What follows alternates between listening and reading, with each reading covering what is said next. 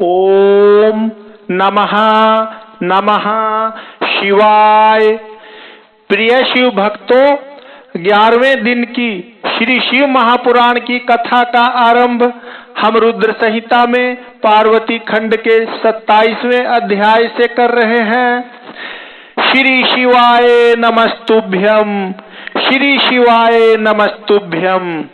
इस अध्याय में पार्वती की बात सुनकर जटाधारी ब्राह्मण का शिव की निंदा करते हुए पार्वती को उनकी ओर से मन को हटा लेने का आदेश देना, इसका वर्णन है। पार्वती बोली, जटाधारी विप्रवर, मेरा सारा वृत्तांत सुनिए। मेरी सखी ने जो कुछ कहा है वह ज्यों का त्यों सत्य है, उसमें असत्य कुछ भी नहीं है। मैं वन, वाणी और क्रिया द्वारा सत्य ही कहती हूँ, असत्य नहीं। मेरे साक्षात पति भाव से भगवान शंकर का ही वर्ण किया है। यद्यपि जानती हूँ वह दुर्लभ वस्तु भला मुझे कैसे प्राप्त हो सकती है, तथापि मन की उत्कंठा से विवश हो मैं तपस्या कर रही हूँ। ब्राह्मण से ऐसी बात कहकर पार्वती देवी उस समय चुप हो रही। तब उनकी वह बात सुनकर ब्राह्मण ने कहा। ब्राह्मण बोले, इस समय तक मेरे मन में यह जानने की प्रबल इच्छा थी कि ये देवी किस दुर्लभ वस्तु को चाहती हैं जिसके लिए ऐसा महान तप कर रही हैं। किंतु देवी, तुम्हारे मुखारविंद से सब कुछ सुनकर उस अभीष्ट वस्तु को जान लेने के बाद अब मैं यहाँ से जा रहा हूँ। तुम्हारी जैसी इच्छा हो वैसा करो। यदि तुम मुझसे न कहती तो मित्रता निष्फल होती। अब जैसा तुम्हारा कार्य है वैसा ही उसका परिणाम होगा। जब तुम्हें इसी में सुख है तब मुझे कुछ नहीं कहना है। वहां ऐसी बात कहकर ब्राह्मण ने ज्यों ही जाने का विचार किया, त्यों ही पार्वती देवी ने प्रणाम करके उनसे इस प्रकार कहा। पार्वती बोली, विप्रवर, आप क्यों जाएंगे? ठहरिए और मेरे हित की बात बताइए।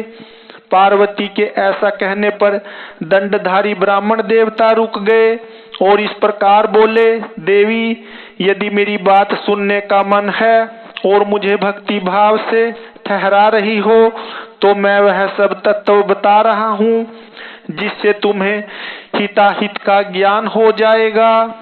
महादेव जी के प्रति मेरे मन में गौरव बुद्धि है, अतः मैं उनको सब प्रकार से जानता हूँ। तो भी यथार्थ बात कहता हूँ, तुम सावधान होकर सुनो। वृषभ के चिन्ह से अंकित ध्वजा धारण करने वाले महादेव जी सारे शरीर में भस्म रमाए रहते हैं, सिर पर जटा धारण करते हैं, धोती की जगह बाघ का चाम पहनते और चादर की जगह हाथी की खाल ओढ़ते हैं। हाथ में भीख मांगने के लिए एक खोपड़ी लिए रहते हैं। झुंड के झुंड सांप उनके सारे अंगों में लिपटे देखे जाते हैं। वे विष खाकर ही पुष्ट होते हैं, अभक्षी हैं। उनके नेत्र बड़े भद्दे हैं और देखने में डरावने लगते हैं। उनका जन्म कब, कहाँ और किससे हुआ यह आज तक प्रकट नहीं हुआ। घर गृहस्थी के भोग से वे सदा दूर ही रहते हैं, नंग धड़ंग घूमते हैं और भूत प्रेतों को सदा साथ रखते हैं। उनके एक दो नहीं 10 भुजाएं हैं। देवी, मैं समझ नहीं पाता कि किस कारण से तुम उन्हें अपना पति बनाना चाहती हो। तुम्हारा ज्ञान कहाँ चला गया? इस बात को आज सोच विचार कर मुझे बताओ।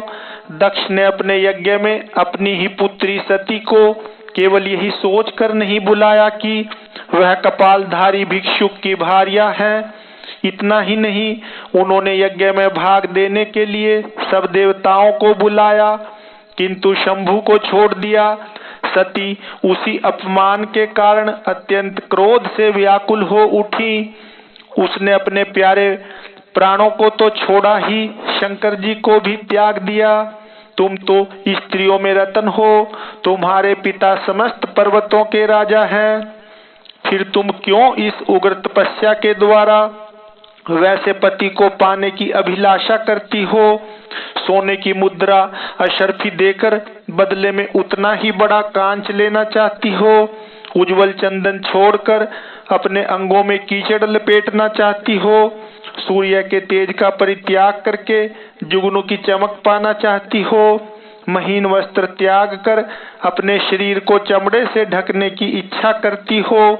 घर में रहना छोड़कर वन में धूनी रमाना चाहती हो। तथा देवेश्वरी, यदि तुम इंद्र आदि लोकपालों को त्याग कर शिव के प्रति अनुरक्त हो तो अवश्य ही रत्नों के उत्तम भंडार को त्याग कर लोहा पाने की इच्छा करती हो। लोक में इस बात को अच्छा नहीं कहा गया है। शिव के साथ तुम्हारा संबंध मुझे इस समय परस्पर विरुद्ध दिखाई देता है। कहाँ तुम, जिसके नेत्र प्रफुल्ल कमल दल के समान शोभा पाते हैं, और कहाँ वे रुद्र जो 3 भद्दी आंखें धारण करते हैं। तुम तो चंद्रमुखी हो और शिव पंचमुख कहे गए हैं। तुम्हारे सिर पर दिव्य वेणी सर्पिणी सी शोभा पा रही है, परंतु शिव के मस्तक पर जो जटाजूट बताया जाता है वह प्रसिद्ध ही है। तुम्हारे अंग में चंदन का अंगराग होगा और शिव के शरीर में चिता का भस्म। कहाँ तुम्हारी सुंदर मृदुल साड़ी और कहाँ शंकर जी के उपयोग में आने वाली हाथी की खाल। कहाँ तुम्हारे अंगों में दिव्य आभूषण और कहाँ शंकर के सर्वांग में लिपटे हुए सर्प।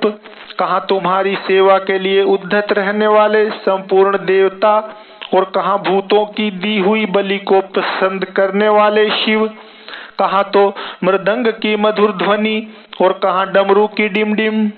कहाँ भेड़ियों के समूह की गड़गड़ाहट और कहाँ अशुभ श्रृंगी नाद। कहाँ ढक्का का शब्द और कहाँ अशुभ गलनाद। तुम्हारा यह उत्तम रूप शिव के योग्य कदापि नहीं है।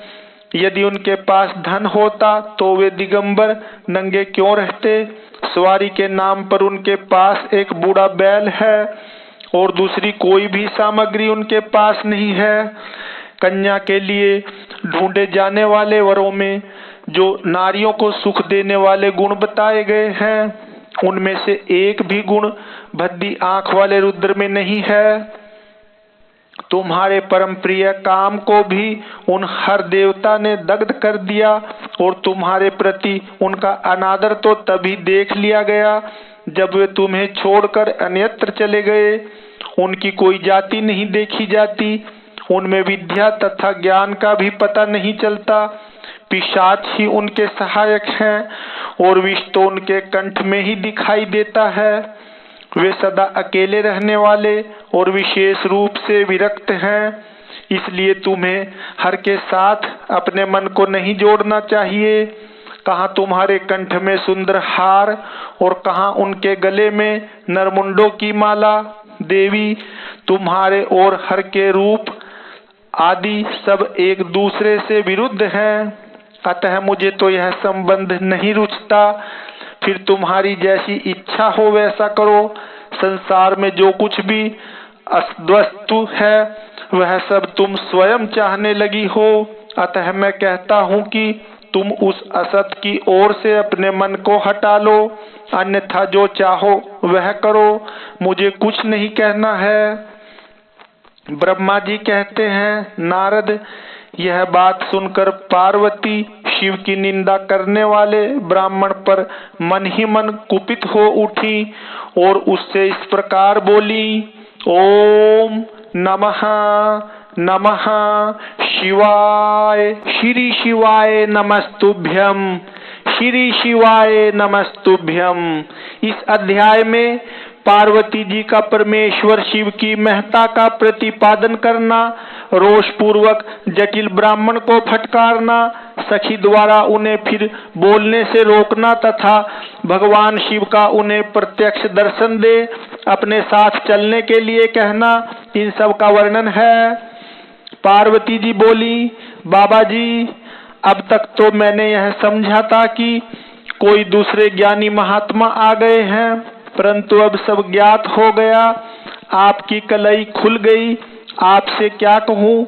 विशेषतः उस दशा में जब आप अवध्य ब्राह्मण हैं, ब्राह्मण देवता, आपने जो कुछ कहा है वह सब मुझे ज्ञात है, परंतु वह सब झूठा ही है, सत्य कुछ नहीं है। आपने कहा था कि मैं शिव को जानता हूँ। यदि आपकी यह बात ठीक होती तो आप ऐसी युक्ति एवं बुद्धि के विरुद्ध बात नहीं बोलते। यह ठीक है कि कभी कभी महेश्वर अपनी लीला शक्ति से प्रेरित हो तथा कथित अद्भुत वेश धारण कर लिया करते हैं, परंतु वास्तव में वे साक्षात परब्रह्म परमात्मा हैं। उन्होंने स्वेच्छा से ही शरीर धारण किया है।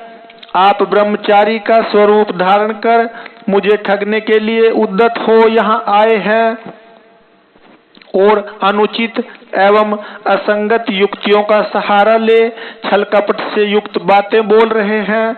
मैं भगवान शंकर के स्वरूप को भली भांति जानती हूँ, इसलिए यथा योग्य विचार करके उनके तत्व का वर्णन करती हूँ। वास्तव में शिव निर्गुण ब्रह्म है, कारणवश सगुण हो गए हैं जो निर्गुण हैं। समस्त गुण जिनके स्वरूप भूत हैं, उनकी जाति कैसे हो सकती है।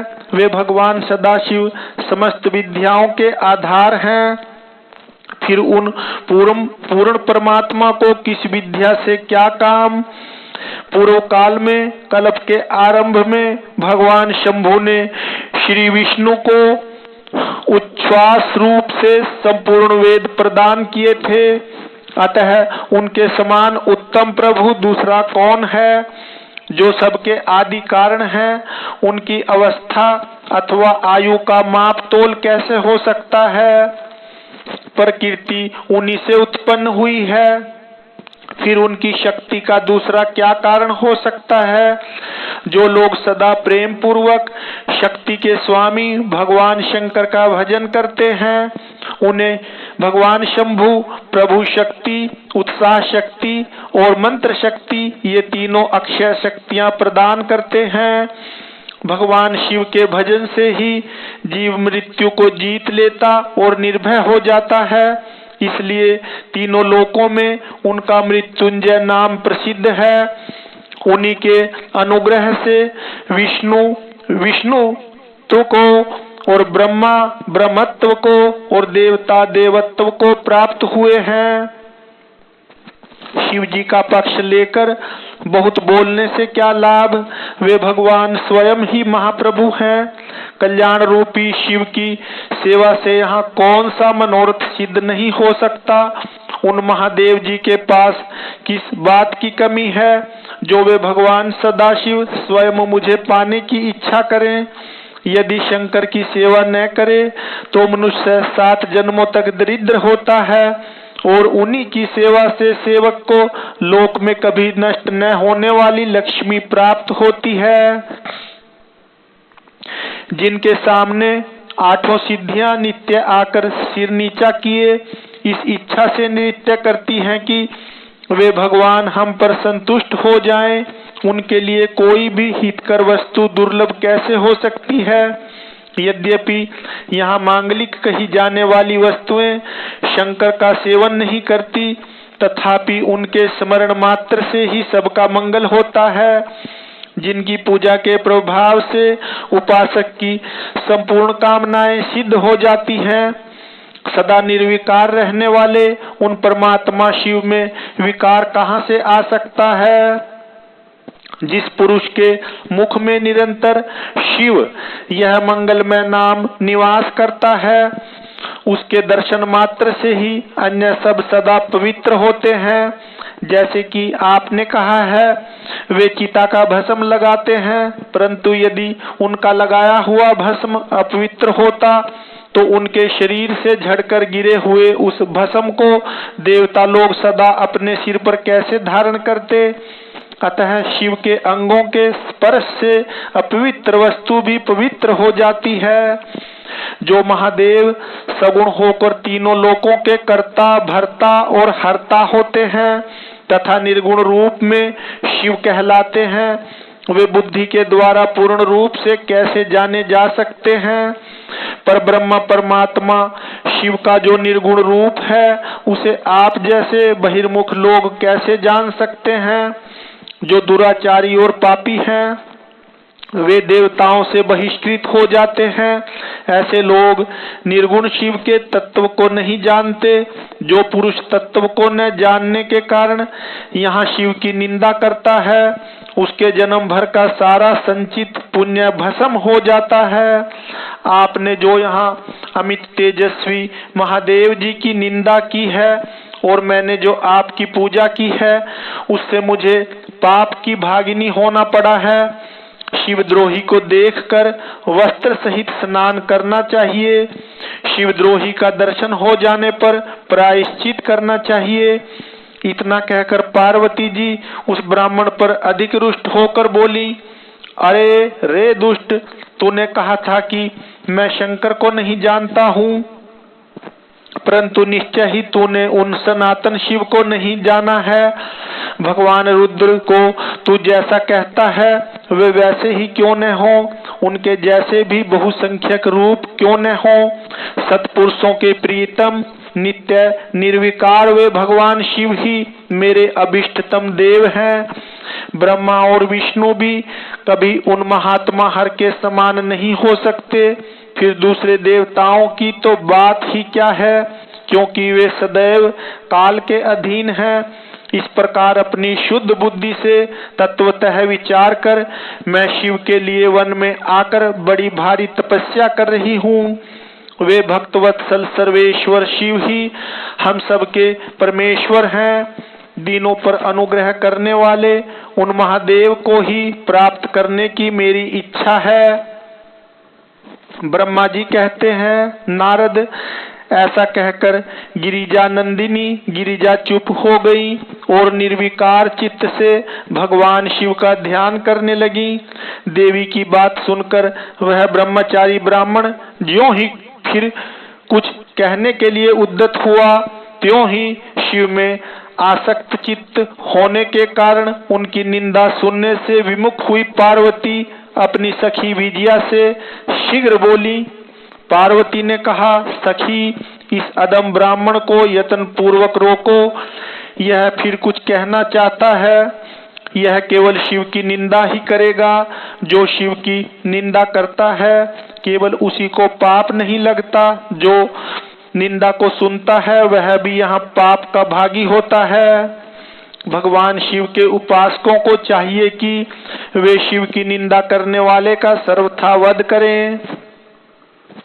यदि वह ब्राह्मण हो तो उसे अवश्य ही त्याग दें और स्वयं उस निंदा के स्थान से शीघ्र दूर चले जाएं। यह दुष्ट ब्राह्मण फिर शिव की निंदा करेगा।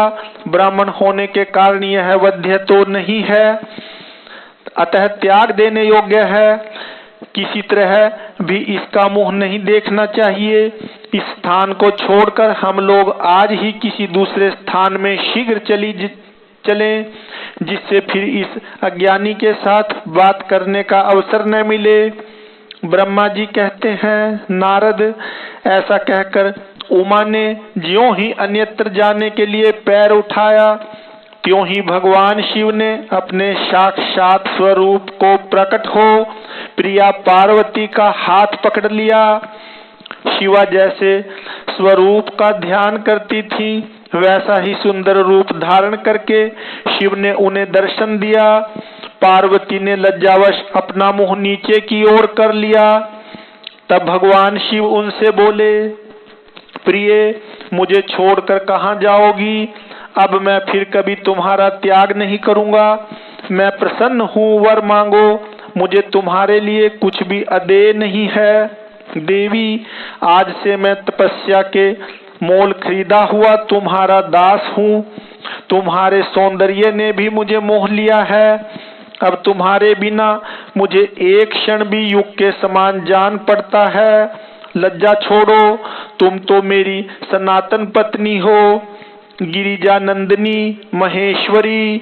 मैंने जो कुछ कहा है उस पर श्रेष्ठ बुद्धि से विचार करो। सुस्थिर चित्त वाली पार्वती मैंने नाना प्रकार से तुम्हारी बारंबार परीक्षा ली है। लोक लीला का अनुसरण करने वाले मुझ स्वजन के अपराध को क्षमा कर दो। शिवे, तीनों लोकों में तुम्हारी जैसी अनुरागिणी मुझे दूसरी कोई नहीं दिखाई देती। मैं सर्वथा तुम्हारे अधीन हूँ। तुम्हारी इच्छा पूर्ण हो। प्रिय, मेरे पास आओ। तुम मेरी पत्नी हो और मैं तुम्हारा वर हूँ। तुम्हारे साथ मैं शीघ्र ही अपने निवास स्थान उत्तम पर्वत कैलाश को चलूंगा। ब्रह्मा जी कहते हैं, देवाधिदेव महादेव जी के ऐसा कहने पर पार्वती देवी आनंद मग्न हो उठी। उनका तपस्या जनित पहले का सारा कष्ट मिट गया। मुनि श्रेष्ठ, सती साध्वी पार्वती की सारी थकावट दूर हो गई, क्योंकि परिश्रम फल प्राप्त हो जाने पर प्राणी का पहले वाला सारा श्रम नष्ट हो जाता है। ओम नमः नमः शिवाय। श्री शिवाय नमस्तुभ्यम। श्री शिवाय नमस्तुभ्यम। इस अध्याय में शिव और पार्वती की बातचीत, शिव का पार्वती के अनुरोध को स्वीकार करना, इन सब का वर्णन है। ब्रह्मा जी कहते हैं, नारद, परमात्मा हर की यह बात सुनकर और उनके आनंददायी रूप का दर्शन पाकर पार्वती को बड़ा हर्ष हुआ। उनका मुख प्रसन्नता से खिल उठा। वे बहुत सुख का अनुभव करने लगी। फिर उन महासाध्वी शिवा ने अपने पास ही खड़े हुए भगवान शिव से कहा। पार्वती बोली, देवेश्वर, आप मेरे स्वामी हैं। प्रभो, पूर्व काल में आपने जिसके लिए हर्ष पूर्वक दक्ष के यज्ञ का विनाश किया था, उसे क्यों भुला दिया था? वे ही आप हैं और वही मैं हूँ। देव देवेश्वर, इस समय मैं तारकासुर से दुख पाने वाले देवताओं के कार्य की सिद्धि के लिए रानी मेना के गर्भ से उत्पन्न हुई हूँ। देवेश, यदि आप प्रसन्न हैं और यदि मुझ पर कृपा करते हैं तो मेरे पति हो जाइए। ईशान, प्रभो, मेरी यह बात मान लीजिए। आपकी आज्ञा लेकर मैं पिता के घर जाती हूँ। अब आप अपने विवाह रूप परम उत्तम विशुद्ध यश को सर्वत्र विख्यात कीजिए। नाथ, प्रभो, आप तो लीला करने में कुशल हैं, अतः मेरे पिता हिमवान के पास चलिए और याचक बनकर उनसे मेरी याचना कीजिए।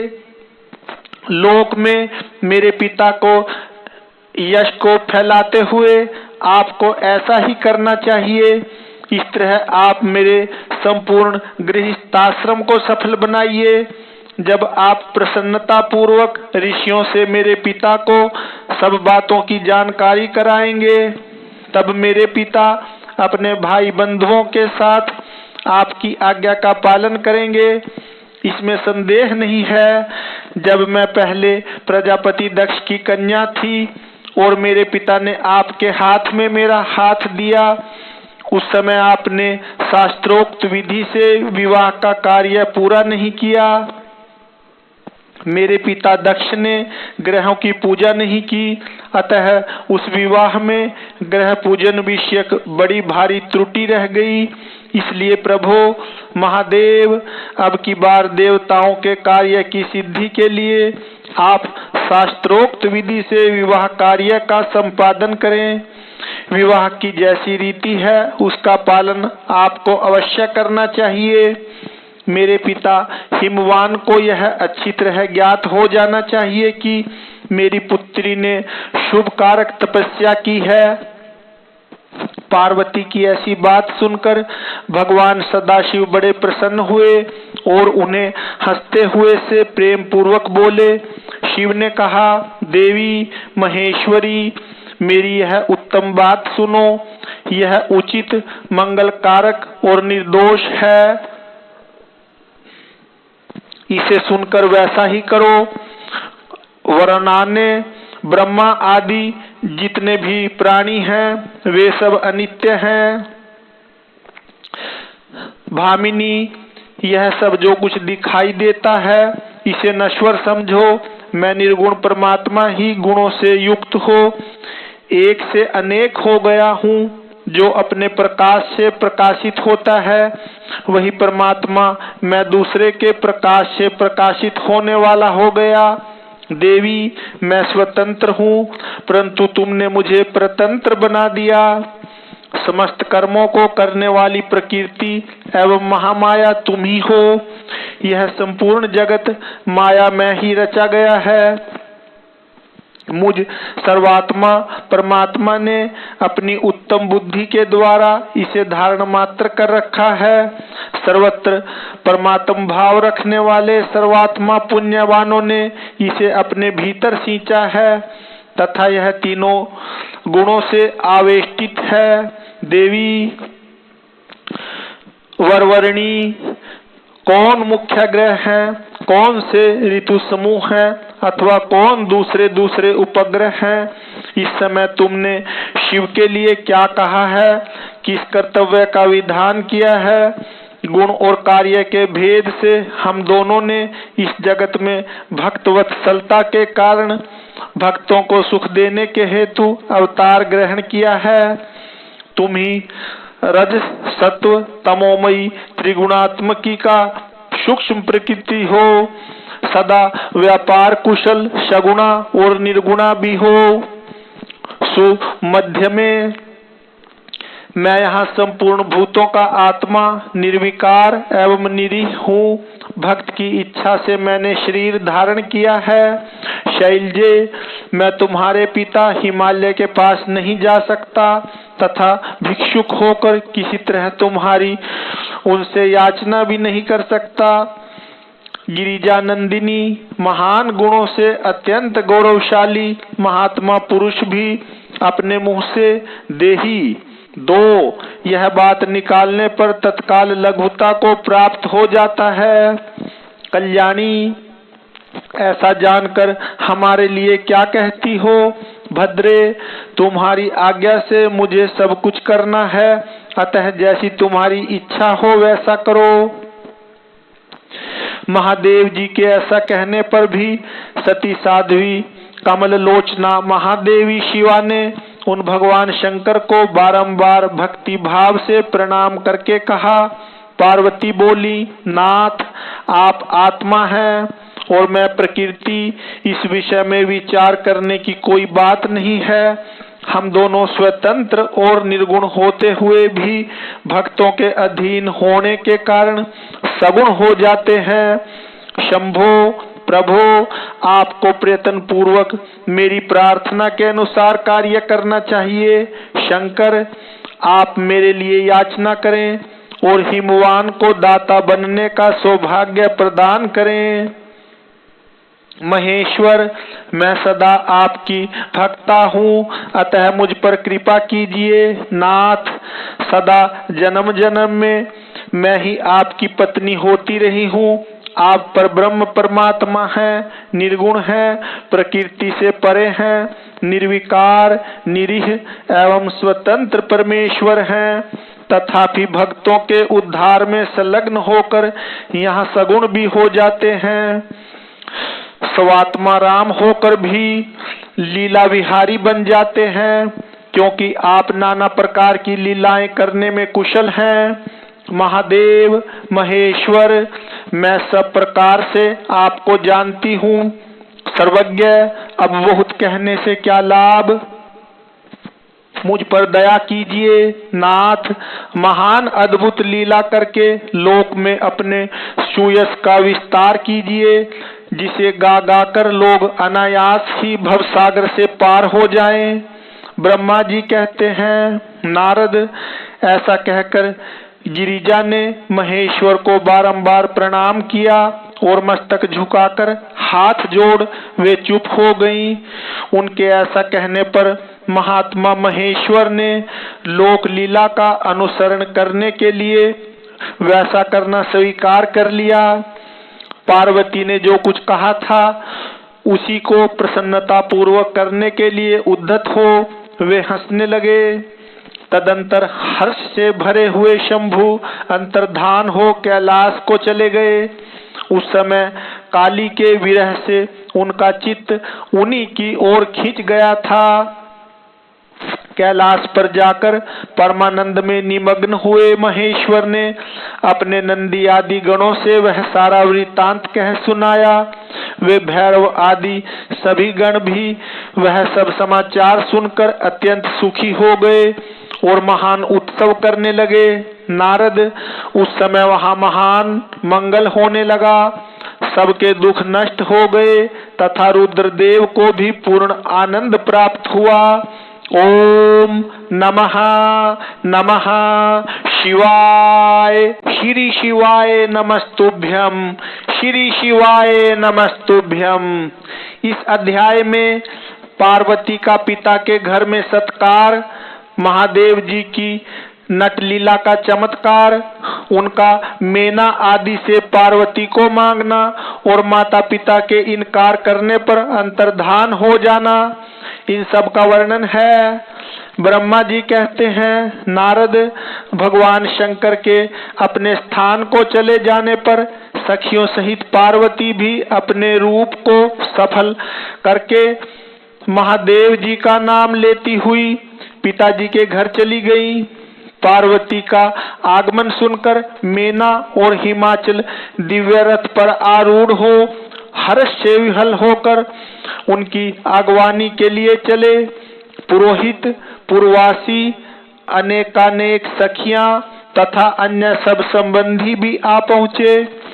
पार्वती के सारे भाई, मैनाक आदि बड़े हर्ष के साथ जय जयकार करते हुए उन्हें घर ले आने के लिए गए। इसी बीच में पार्वती अपने नगर के निकट आ गई। नगर में प्रवेश करते समय शिवा ने देवी ने माता पिता को देखा, जो अत्यंत प्रसन्न और हर्ष से विहल चित्त होकर दौड़े चले आ रहे थे। उन्हें देखकर हर्ष से भरी हुई काली ने सखियों सहित प्रणाम किया। माता पिता ने पूर्ण रूप से आशीर्वाद दे पुत्री को छाती से लगा लिया और ओ मेरी बच्ची ऐसा कहकर प्रेम से विहल हो रोने लगे। तत्पश्चात अपने घर की दूसरी स्त्रियों तथा भाभियों ने भी बड़ी प्रसन्नता के साथ प्रेम पूर्वक उन्हें भुजाओं में भरकर भेंटा। देवी, तुमने अपने कुल का उद्धार करने वाले उत्तम कार्य को अच्छी तरह सिद्ध किया है। तुम्हारे सदाचरण से हम सब लोग पवित्र हो गए। ऐसा कहकर सब लोग हर्ष के साथ पार्वती की भूरी भूरी प्रशंसा करते हुए उन्हें प्रणाम करने लगे। लोगों ने चंदन और सुंदर फूलों से शिवा देवी का सानंद पूजन किया। उस अवसर पर विमान पर बैठे हुए देवताओं ने पार्वती को नमस्कार करके उन पर फूलों की वर्षा करते हुए स्तुति की। नारद, उस समय तुम्हें भी एक सुंदर रथ पर बिठाकर ब्राह्मण आदि सब लोग नगर में ले गए। फिर ब्राह्मणों, सखियों तथा दूसरी स्त्रियों ने बड़े आदर के साथ शिवा का घर के भीतर प्रवेश कराया। स्त्रियों ने उनके ऊपर बहुत सी वस्तुएं निछावर की। ब्राह्मणों ने आशीर्वाद दिए। मुनीश्वर, पिता हिमवान और माता मेनका को बड़ी प्रसन्नता हुई। उन्होंने अपने गृहस्थ आश्रम को सफल माना और यह अनुभव किया कि कुपुत्र की अपेक्षा सुपुत्री ही श्रेष्ठ है। गिरिराज ने ब्राह्मणों और वंदीजनों को धन दिया और ब्राह्मणों से मंगल पाठ करवाया। मुने, इस प्रकार पार्वती के साथ हर्ष भरे माता पिता, भाई तथा भौजाइयां भी घर के आंगन में प्रसन्नता पूर्वक बैठी। तदंतर हिमवान प्रसन्न चित्त से सबका आदर सत्कार करके गंगा स्नान के लिए गए। इसी बीच में सुंदर लीला करने वाले भक्तवत्सल भगवान शंभु एक अच्छा नाचने वाला नट बनकर मेनका के पास गए।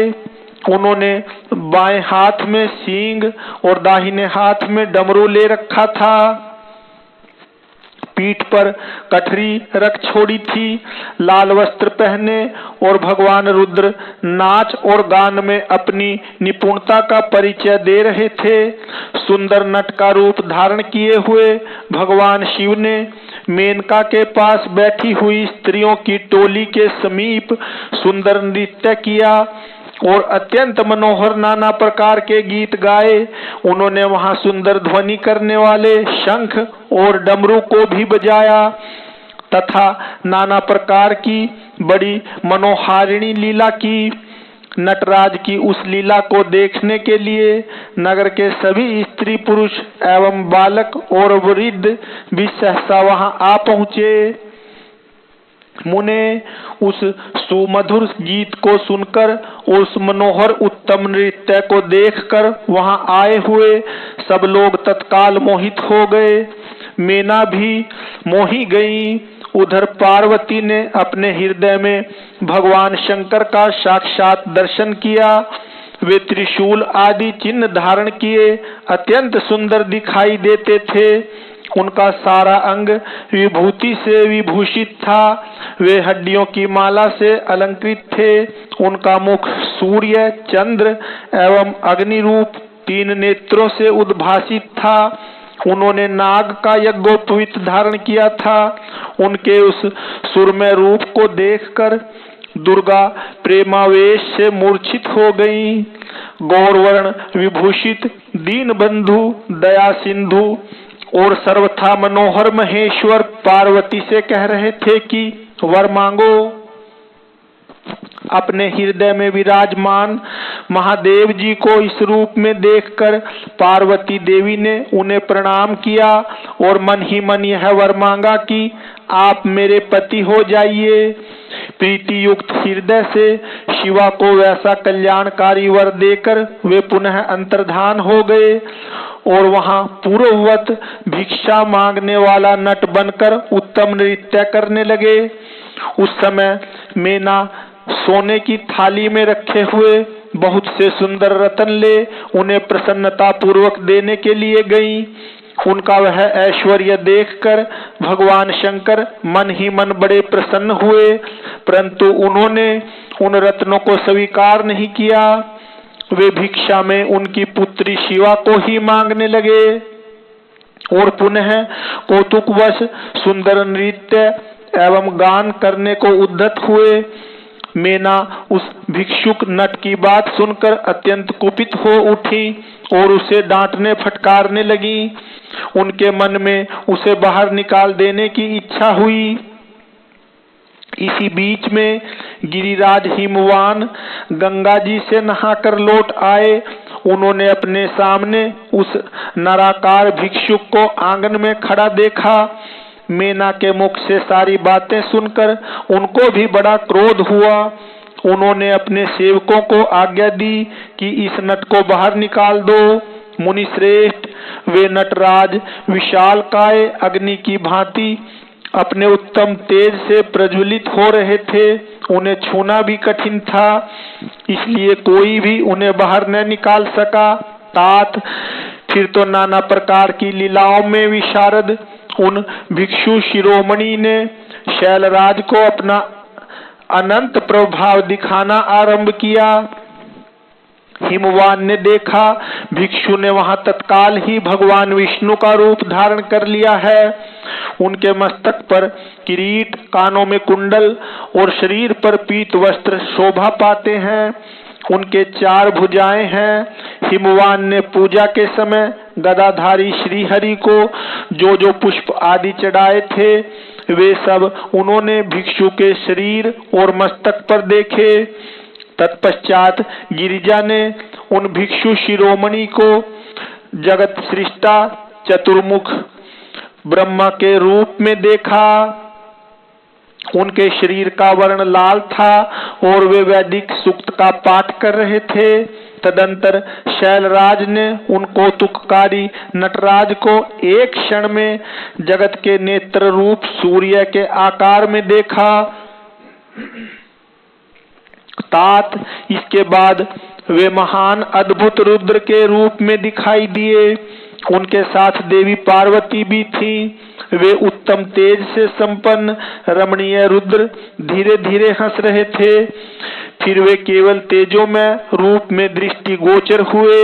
उनका वह स्वरूप निराकार, निरंजन, उपाधि शून्य, निरीह एवं अत्यंत अद्भुत था।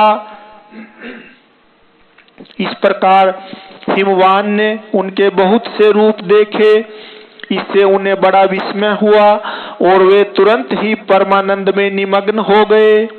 तदंतर सुंदर लीला करने वाले उन भिक्षु शिरोमणि ने हिमवान और मेना से दुर्गा को ही भिक्षा के रूप में मांगा। दूसरी कोई वस्तु ग्रहण नहीं की, परंतु शिव की माया से मोहित होने के कारण शैलराज ने उनकी उस प्रार्थना को स्वीकार नहीं किया। फिर भिक्षु ने कोई वस्तु नहीं ली और वे वहां से अंतर्धान हो गए। तब मेना और शैलराज को उत्तम ज्ञान हुआ और वे सोचने लगे, भगवान शिव हमें अपनी माया से छलकर अपने स्थान को चले गए। यह विचार कर उन दोनों की भगवान शिव में पराभक्ति हुई, जो महान मोक्ष की प्राप्ति कराने वाली, दिव्य तथा संपूर्ण आनंद प्रदान करने वाली है। ओम नमः नमः शिवाय, शिवाय नमस्तुभ्यं, श्री शिवाय नमस्तुभ्यं। इस अध्याय में देवताओं के अनुरोध से वैष्णव ब्राह्मण के वेश में शिव जी का हिमवान के घर जाना और शिव की निंदा करके पार्वती का विवाह उनके साथ न करने को कहना, इस सब का वर्णन है। ब्रह्मा जी कहते हैं, नारद, मेना और हिमवान की भगवान शिव के प्रति उच्च कोटि की अनन्य भक्ति देख इंद्र आदि सब देवता परस्पर विचार करने लगे। तदंतर गुरु बृहस्पति और ब्रह्मा जी की सम्मति के अनुसार सभी मुख्य देवताओं ने शिव जी के पास जाकर उनको प्रणाम किया और वे हाथ जोड़कर उनकी स्तुति करने लगे। देवता बोले, देव देव महादेव करुणाकर शंकर, हम आपकी शरण में आए हैं, कृपा कीजिए। आपको नमस्कार है स्वामिन, आप भक्तवत्सल होने के कारण सदा भक्तों के कार्य सिद्ध करते हैं, दीनों का उद्धार करने वाले और दया के सिंधु हैं तथा भक्तों को विपत्तियों से छुड़ाने वाले हैं। इस प्रकार महेश्वर की स्तुति करके इंद्र सहित संपूर्ण देवताओं ने मेना और हिमवान की अनन्य शिव भक्ति के विषय में सारी बातें आदर पूर्वक बताई। देवताओं की वह बात सुनकर महेश्वर ने उनकी प्रार्थना स्वीकार कर ली और हंसते हुए उन्हें आश्वासन देकर विदा किया। तब सब देवता अपना कार्य सिद्ध हुआ मानकर भगवान सदाशिव की प्रशंसा करते हुए शीघ्र अपने घर को लौटकर प्रसन्नता का अनुभव करने लगे। तदंतर भक्तवत्सल महेश्वर भगवान शंभु, जो माया के स्वामी हैं, निर्विकार चित्त से शैलराज के यहाँ गए। उस समय गिरिराज हिमवान सभा भवन में बंधु वर्ग से घिरे हुए पार्वती सहित प्रसन्नता पूर्वक बैठे थे। इसी अवसर पर वहां सदाशिव ने पदार्पण किया। वे हाथ में दंड, छत्र, शरीर पर दिव्य वस्त्र, ललाट में उज्जवल तिलक, एक हाथ में स्फटिक की माला और गले में शालग्राम धारण किए भक्ति पूर्वक हरि नाम का जप कर रहे थे और देखने में साधु वेशधारी ब्राह्मण जान पड़ते थे। उन्हें आया देख 100 परिवार हिमवान उठकर खड़े हो गए। उन्होंने उन अपूर्व अतिथि देवता को भूतल पर दंड के समान पड़कर भक्ति भाव से साष्टांग प्रणाम किया।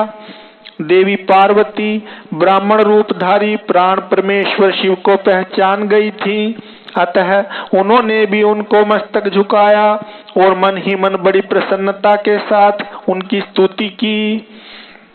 ब्राह्मण रूपधारी शिव ने उन सबको प्रेम पूर्वक आशीर्वाद दिया, किंतु शिवा को सबसे अधिक मनोवांछित शुभ आशीर्वाद प्रदान किया। शैलाधिराज हिमवान ने बड़े आदर से उन्हें मधुपर्क आदि पूजन सामग्री भेंट की और ब्राह्मण ने बड़ी प्रसन्नता के साथ वह सब ग्रहण किया। तत्पश्चात गिरिश्रेष्ठ हिमाचल ने उनका कुशल समाचार पूछा। मुने अत्यंत प्रीति पूर्वक उन द्विजराज की विधिवत पूजा करके शैलराज ने पूछा, आप कौन हैं? तब उन ब्राह्मण शिरोमणि ने गिरिराज से शीघ्र ही आदर पूर्वक कहा। वे श्रेष्ठ ब्राह्मण बोले, गिरिश्रेष्ठ, मैं उत्तम विद्वान वैष्णव ब्राह्मण हूँ और ज्योतिषी की वृत्ति का आश्रय लेकर भूतल पर भ्रमण करता रहता हूँ। मन के समान मेरी गति है। मैं सर्वत्र जाने में समर्थ और गुरु की दी हुई शक्ति से सर्वज्ञ, परोपकारी, शुद्धात्मा, दया सिंधु और विकार नाशक हूँ। मुझे ज्ञात हुआ है कि तुम अपनी इस लक्ष्मी सरीखी सुंदर रूप वाली दिव्य सुलक्षणा अपनी पुत्री को एक आश्रय रहित, असंग, कुरूप और गुणहीन वर महादेव जी के हाथ में देना चाहते हो। वे रुद्र देवता मरघट में वास करते, शरीर में सांप लपेटे रहते और योग साधते फिरते हैं। उनके पास पहनने के लिए एक वस्त्र भी नहीं है, वैसे ही नंग धड़ंग घूमते हैं। आभूषण की जगह सर्प धारण करते हैं। उनके कुल का नाम आज तक किसी को ज्ञात नहीं हुआ। वे कुपात्र और कुशील हैं, स्वभावतः विहार से दूर रहते हैं, सारे शरीर में भस्म रमाते हैं, क्रोधी और अविवेकी हैं। उनकी अवस्था कितनी है यह किसी को ज्ञात नहीं। वे अत्यंत कुत्सित, जटा का बोझ सदा सिर पर धारण किए रहते हैं। वे भले बुरे सबको आश्रय देने वाले, भ्रमणशील, नागहारधारी, भिक्षुक, कुमार्ग परायण तथा हठ पूर्वक वैदी मार्ग का त्याग करने वाले हैं। ऐसे अयोग्य वर को आप अपनी बेटी ब्याहना चाहते हैं। अचल राज, अवश्य ही आपका यह विचार मंगलदायक नहीं है। नारायण कुल में उत्पन्न ज्ञानियों में श्रेष्ठ गिरिराज, मेरे कथन का मर्म समझो। तुमने जिस पात्र को ढूंढ रखा है वह इस योग्य नहीं है कि उसके हाथ में पार्वती का हाथ दिया जाए। शैलराज, तुम ही देखो, उनके एक भी भाई बंधु नहीं है। तुम तो बड़े बड़े रत्नों की खान हो, किंतु उनके घर में भुजी भांग भी नहीं है। वे सर्वथा निर्धन हैं। गिरिराज, तुम शीघ्र ही अपने भाई बंधुओं से, मेना देवी से, सभी बेटों से और पंडितों से भी प्रयत्न पूर्वक पूछ लो, किंतु पार्वती से न पूछना, क्योंकि उन्हें शिव के गुण दोष की परख नहीं है। ब्रह्मा जी कहते हैं, नारद, ऐसा कहकर वे ब्राह्मण देवता, जो नाना प्रकार की लीला करने वाले शांत स्वरूप शिव ही थे, शीघ्र खा पी कर आनंद पूर्वक वहां से अपने घर को चल दिए। ओम नमः नमः शिवाय, श्री शिवाय नमस्तुभ्यम, श्री शिवाय नमस्तुभ्यम। इस अध्याय में मेना का कोप भवन में प्रवेश, भगवान शिव का हिमवान के पास सप्तऋषियों को भेजना तथा हिमवान द्वारा उनका सत्कार, सप्तऋषियों तथा अरुंधति का और महर्षि वशिष्ठ का मेना और हिमवान को समझाकर पार्वती का विवाह भगवान शिव के साथ करने के लिए कहना, इन सब का वर्णन है। ब्रह्मा जी कहते हैं, ब्राह्मण रूपधारी शिव जी के वचनों का मेना के ऊपर बड़ा प्रभाव पड़ा और उन्होंने दुखी होकर पति से कहा, गिरिराज, इन वैष्णव ब्राह्मण ने शिव जी की जो निंदा की है उसे सुनकर मेरा मन उनकी ओर से बहुत खिन्न एवं विरक्त हो गया है। शैलेश्वर, रुद्र के रूप, शील और नाम सभी कुत्सित हैं। मैं उन्हें अपनी सुलक्षणा पुत्री कदापि नहीं दूंगी। यदि आप मेरी बात नहीं मानेंगे तो मैं निसंदेह मर जाऊंगी। अभी इस घर को छोड़ दूंगी अथवा विष खा लूंगी।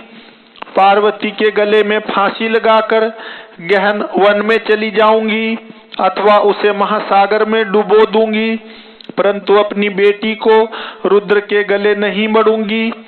ऐसा कहकर मेना तुरंत कोप भवन में चली गई और अपने हार को फेंक कर रोती हुई धरती पर लौट गई। इधर भगवान शिव को इस बात का पता लगा। तब उन्होंने अरुंधति सहित सप्तऋषियों को बुलाया तथा मेना के पास जाकर उन्हें समझाने की आज्ञा दी। शिवजी का आदेश प्राप्त कर भगवान शिव को नमस्कार करके वे दिव्य ऋषि आकाश मार्ग से उस स्थान को चल दिए जहां हिमवान की नगरी थी। उस दिव्यपुरी को देखकर उन सप्तऋषियों को बड़ा विस्मय हुआ। वे हिमाचलपुरी की परस्पर प्रशंसा करते हुए सब ऐश्वर्यों से भरे पूरे हिमवान के घर जा पहुंचे। उन सूर्य तुल्य तेजस्वी सातों ऋषियों को दूर से आकाश के रास्ते आते देख हिमवान को बड़ा विस्मय हुआ। वे बोले, ये 7 सूर्य तुल्य तेजस्वी मुनि मेरे पास आ रहे हैं। मुझे प्रयत्न पूर्वक इस समय इनकी पूजा करनी चाहिए। सबको सुख देने वाले हम गृहस्थ लोग धन्य हैं, जिनके घर पर ऐसे महात्मा पदार्पण किया करते हैं। ब्रह्मा जी कहते हैं, इसी समय वे मुनि आकाश से उतरकर पृथ्वी पर खड़े हो गए। उन्हें सामने देख हिमवान बड़े आदर के साथ आगे बढ़े और हाथ जोड़ मस्तक झुकाकर उन सप्तऋषियों को प्रणाम करने के पश्चात उन्होंने बड़े सम्मान के साथ उन सब की पूजा की तथा उन्हें आगे करके कहा, मेरा गृहाश्रम आज धन्य हो गया। यूं कहकर उन्हें बैठने के लिए भक्ति पूर्वक आसन ला कर दिया। जब वे आसनों पर बैठ गए तब उनकी आज्ञा लेकर हिमवान भी बैठे और वहां उन ज्योतिर्मय महर्षियों से इस प्रकार बोले। हिमवान ने कहा, आज मैं धन्य हूँ, कृतकृत्य हूँ, मेरा जीवन सफल हो गया। मैं लोक में बहुत से तीर्थों की भांति दर्शनीय बन गया, क्योंकि आप जैसे विष्णु रूपी महात्मा मेरे घर पधारे हैं। आप लोग पूर्ण काम हैं। हम दीनों के घरों में आपका क्या काम हो सकता है। तथापि मुझ सेवक के योग्य यदि कोई कार्य है तो कृपा पूर्वक उसे अवश्य कहें। उसे पूर्ण करने में मेरा जीवन सफल हो जाएगा। ऋषि बोले, शैलराज, भगवान शिव को जगत का पिता कहा गया है और तुम्हारी शिवा जगन्माता मानी गई है। अतः तुम्हें महात्मा शंकर को अपनी कन्या देनी चाहिए। हिमालय, ऐसा करके तुम्हारा जन्म सफल हो जाएगा तथा तुम जगत गुरु के भी गुरु हो जाओगे, इसमें संशय नहीं है। मुनीश्वर, सप्तऋषियों का यह वचन सुनकर हिमवान ने दोनों हाथ जोड़ उन्हें प्रणाम करके इस प्रकार कहा। हिमालय बोले, महाभाग सप्तऋषियों, आप लोगों ने जो बात कही है उसे शिव की इच्छा से मैंने पहले से ही मान रखा था, किंतु प्रभु, इन दिनों एक वैष्णव धर्मी ब्राह्मण ने आकर भगवान शिव के प्रति प्रसन्नता पूर्वक बहुत सी उल्टी बातें बताई हैं। तभी से शिवा की माता का ज्ञान भ्रष्ट हो गया है।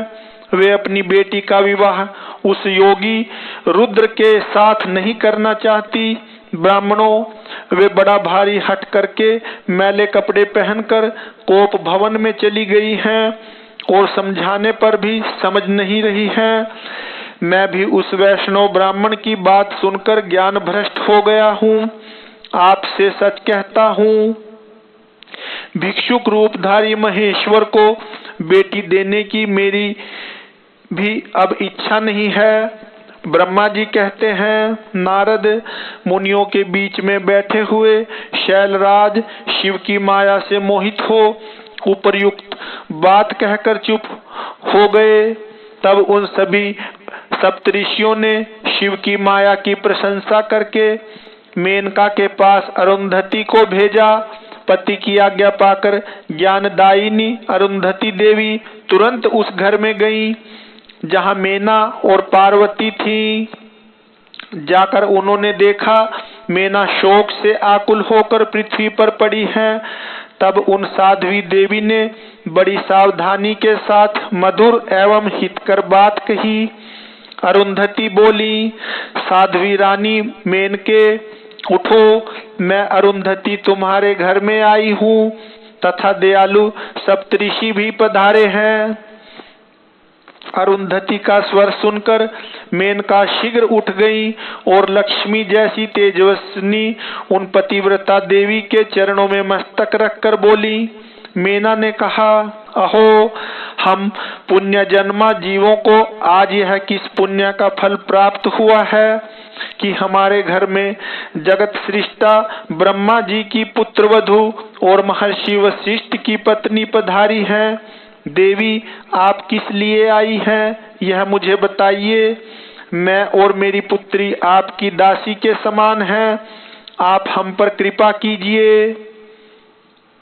मेनका के ऐसा कहने पर साध्वी अरुंधति ने उनको बहुत अच्छी तरह समझाया बुझाया और उन्हें साथ ले वे प्रसन्नता पूर्वक उस स्थान पर आईं जहां वे सप्तऋषि विद्यमान थे।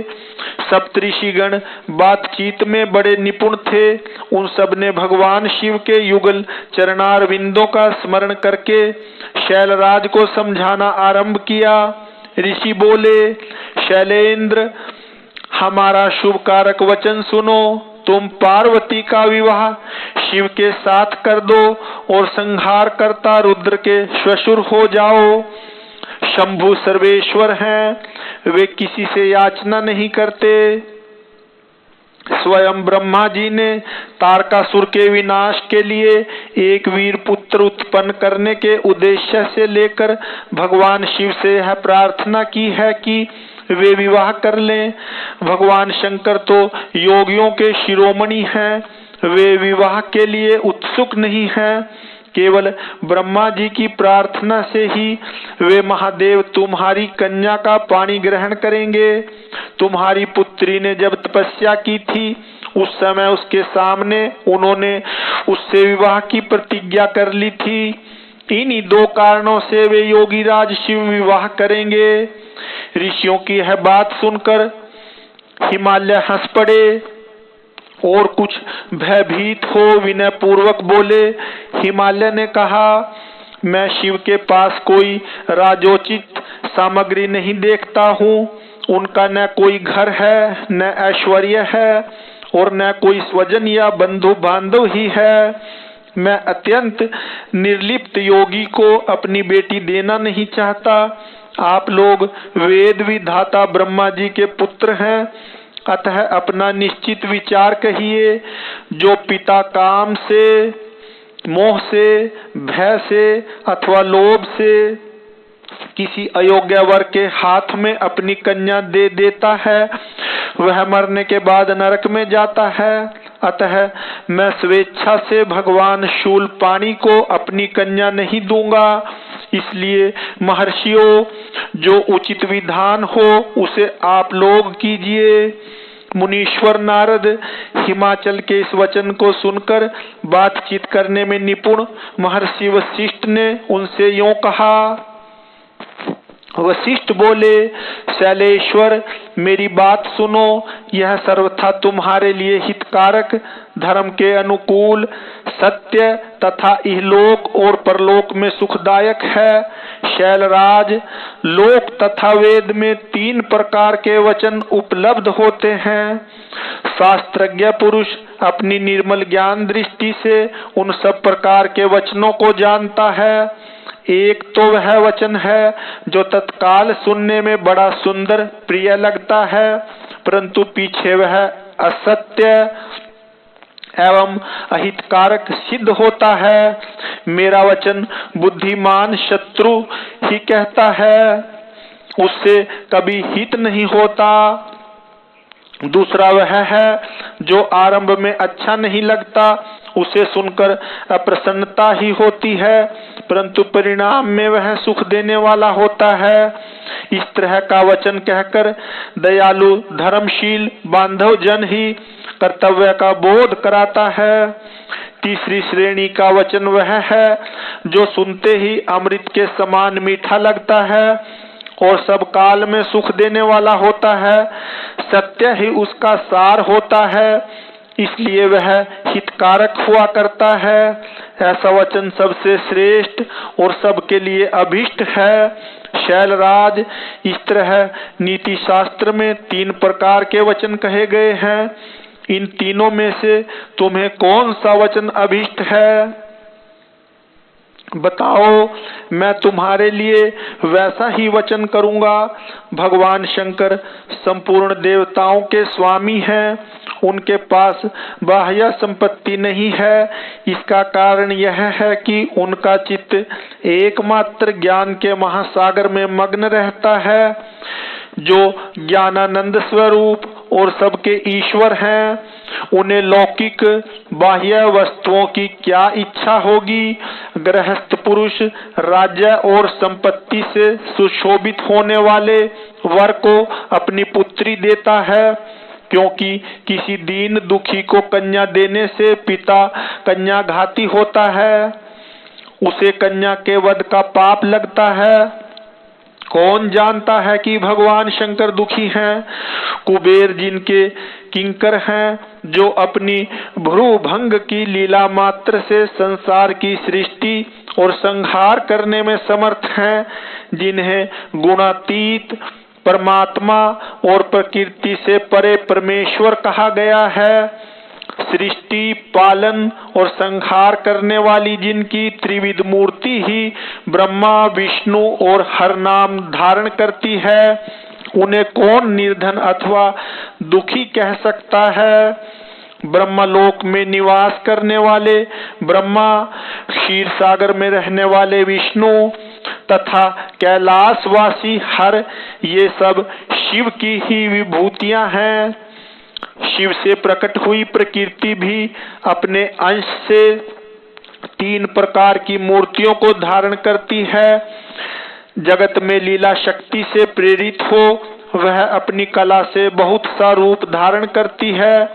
समस्त वांग्मय की अधिष्ठात्री देवी वाणी उनके मुख में प्रकट हुई है और सर्व संपत्ति स्वरूपिणी लक्ष्मी वक्षस्थल से आविर्भूत हुई हैं, तथा शिवा ने देवताओं को एकत्र हुए तेज से अपने को प्रकट किया है और संपूर्ण दानवों का वध करके देवताओं को स्वर्ग की लक्ष्मी प्रदान की थी।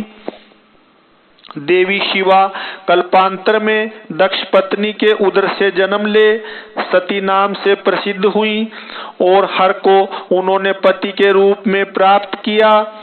दक्ष ने स्वयं ही भगवान शिव को अपनी पुत्री दी थी। सती ने पति की निंदा सुनकर योग बल से अपने शरीर को त्याग दिया था। वे ही कल्याणमयी सती अब तुम्हारे वीर्य और मेना के गर्भ से प्रकट हुई हैं। शैलराज, ये शिवा जन्म जन्म में शिव की ही पत्नी होती हैं। प्रत्येक कल्प में बुद्धि रूपा दुर्गा ज्ञानियों की श्रेष्ठ माता होती हैं। ये सदा सिद्ध, सिद्धिदायिनी और सिद्धि रूपिणी है।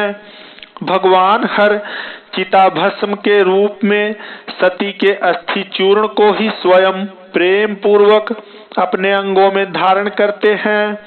अतः गिरिराज, तुम स्वेच्छा से ही अपनी मंगलमयी कन्या को भगवान हर के हाथ में दे दो। तुम यदि नहीं दोगे तो वह स्वयं प्रीतम के स्थान में चली जाएगी। देवेश्वर शिव तुम्हारी पुत्री का अनंत क्लेश देखकर ब्राह्मण के रूप में इसकी तपस्या के स्थान पर आए थे। और इसके साथ विवाह की प्रतिज्ञा करके इसे आश्वासन एवं वर देकर अपने आवास स्थान को लौट गए थे। गिरे, पार्वती की प्रार्थना से ही शंभु ने तुम्हारे पास आकर इसके लिए याचना की और तुम दोनों ने शिव भक्ति में मन लगाकर उनकी उस याचना को स्वीकार कर लिया था। गिरीश्वर, बताओ फिर किस कारण से तुम्हारी बुद्धि विपरीत हो गई? भगवान शिव ने देवताओं की प्रार्थना से प्रभावित होकर हम सब ऋषियों को और अरुंधति देवी को भी तुम्हारे पास भेजा है। हम तुम्हें यही शिक्षा देते हैं कि तुम पार्वती को रुद्र के हाथ में दे दो। गिरे, ऐसा करने पर तुम्हें महान आनंद प्राप्त होगा। शैलेंद्र, यदि तुम स्वेच्छा से अपनी बेटी शिवा को शिव के हाथ में नहीं दोगे तो भावी के भल से ही इन दोनों का विवाह हो जाएगा। तात, भगवान शंकर ने तपस्या में लगी हुई पार्वती को ऐसा ही वर दिया है। ईश्वर की हुई प्रतिज्ञा कभी पलट नहीं सकती। गिरिराज, ईश्वर के वश में रहने वाला समस्त साधु पुरुषों की भी प्रतिज्ञा का संसार में किसी के द्वारा उल्लंघन होना कठिन है, फिर साक्षात ईश्वर की प्रतिज्ञा के लिए तो कहना ही क्या है। ओम नमः नमः शिवाय। श्री शिवाय नमस्तुभ्यम, श्री शिवाय नमस्तुभ्यम। इस अध्याय में सप्तऋषियों के समझाने तथा मेरु आदि के कहने से पत्नी सहित हिमवान का शिव के साथ अपनी पुत्री का विवाह करने का निश्चय करना तथा सप्तऋषियों का शिव के पास जा उन्हें सब बताकर अपने धाम को जाना, इन सब का वर्णन है। ब्रह्मा जी कहते हैं, नारद, तदंतर वशिष्ठ ने प्राचीन काल में राजा अनरण्य के द्वारा अपनी कन्या पद्मा का पिप्लाद के साथ विवाह करने की तथा धर्म के वरदान से पिप्लाद के तरुण अवस्था, रूप, गुण, सदा स्थिर रहने वाले यौवन, कुबेर और इंद्र से भी बढ़कर धन, ऐश्वर्य, भक्ति, सिद्धि एवं समता प्राप्त करने की तथा पद्मा के स्थिर यौवन, सौभाग्य, संपत्ति एवं भर्ता के द्वारा परम गुणवान 10 पुत्रों के प्राप्त करने की कथा सुनाकर कहा, शैलेंद्र, तुम मेरे कथन के सार तत्व को समझकर अपनी पुत्री पार्वती का हाथ महादेव जी के हाथ में दे दो और मेना सहित तुम्हारे मन में जो कुरोष है उसे त्याग दो। आज से 1 सप्ताह व्यतीत होने पर अत्यंत शुभ और दुर्लभ मुहूर्त आने वाला है। उस समय चंद्रमा लगन के स्वामी होकर अपने पुत्र बुध के साथ लगन में ही स्थित होंगे। उनका रोहिणी नक्षत्र के साथ योग होगा। चंद्रमा और तारे शुद्ध होंगे।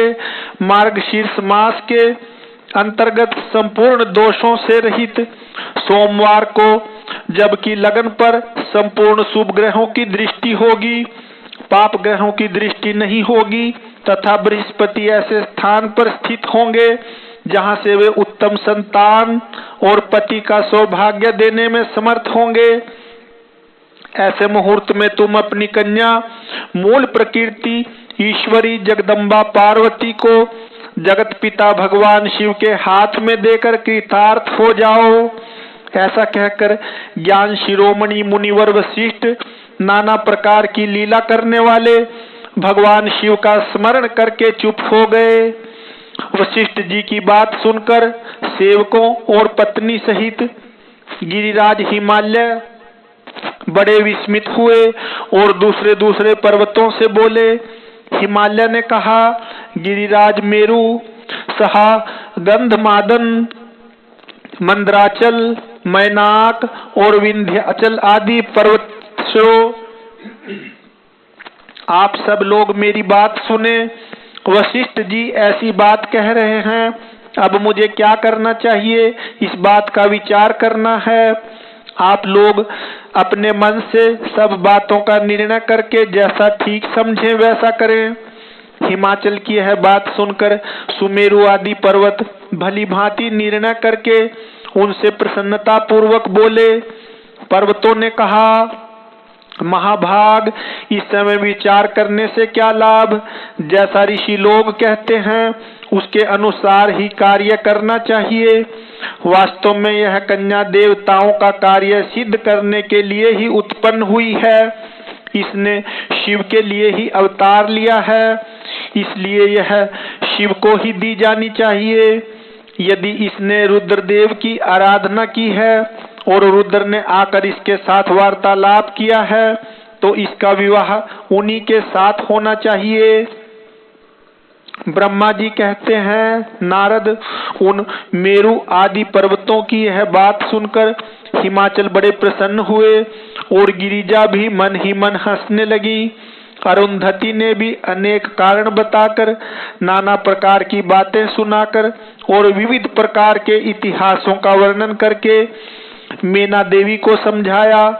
तब शैल पत्नी मेनका सब कुछ समझ गई और प्रसन्नचित हो उन्होंने मुनियों को, अरुंधति जी को और हिमाचल को भी भोजन कराकर स्वयं भोजन किया। तदंतर ज्ञानी गिरिश्रेष्ठ हिमाचल ने उन मुनियों की भली भांति सेवा की।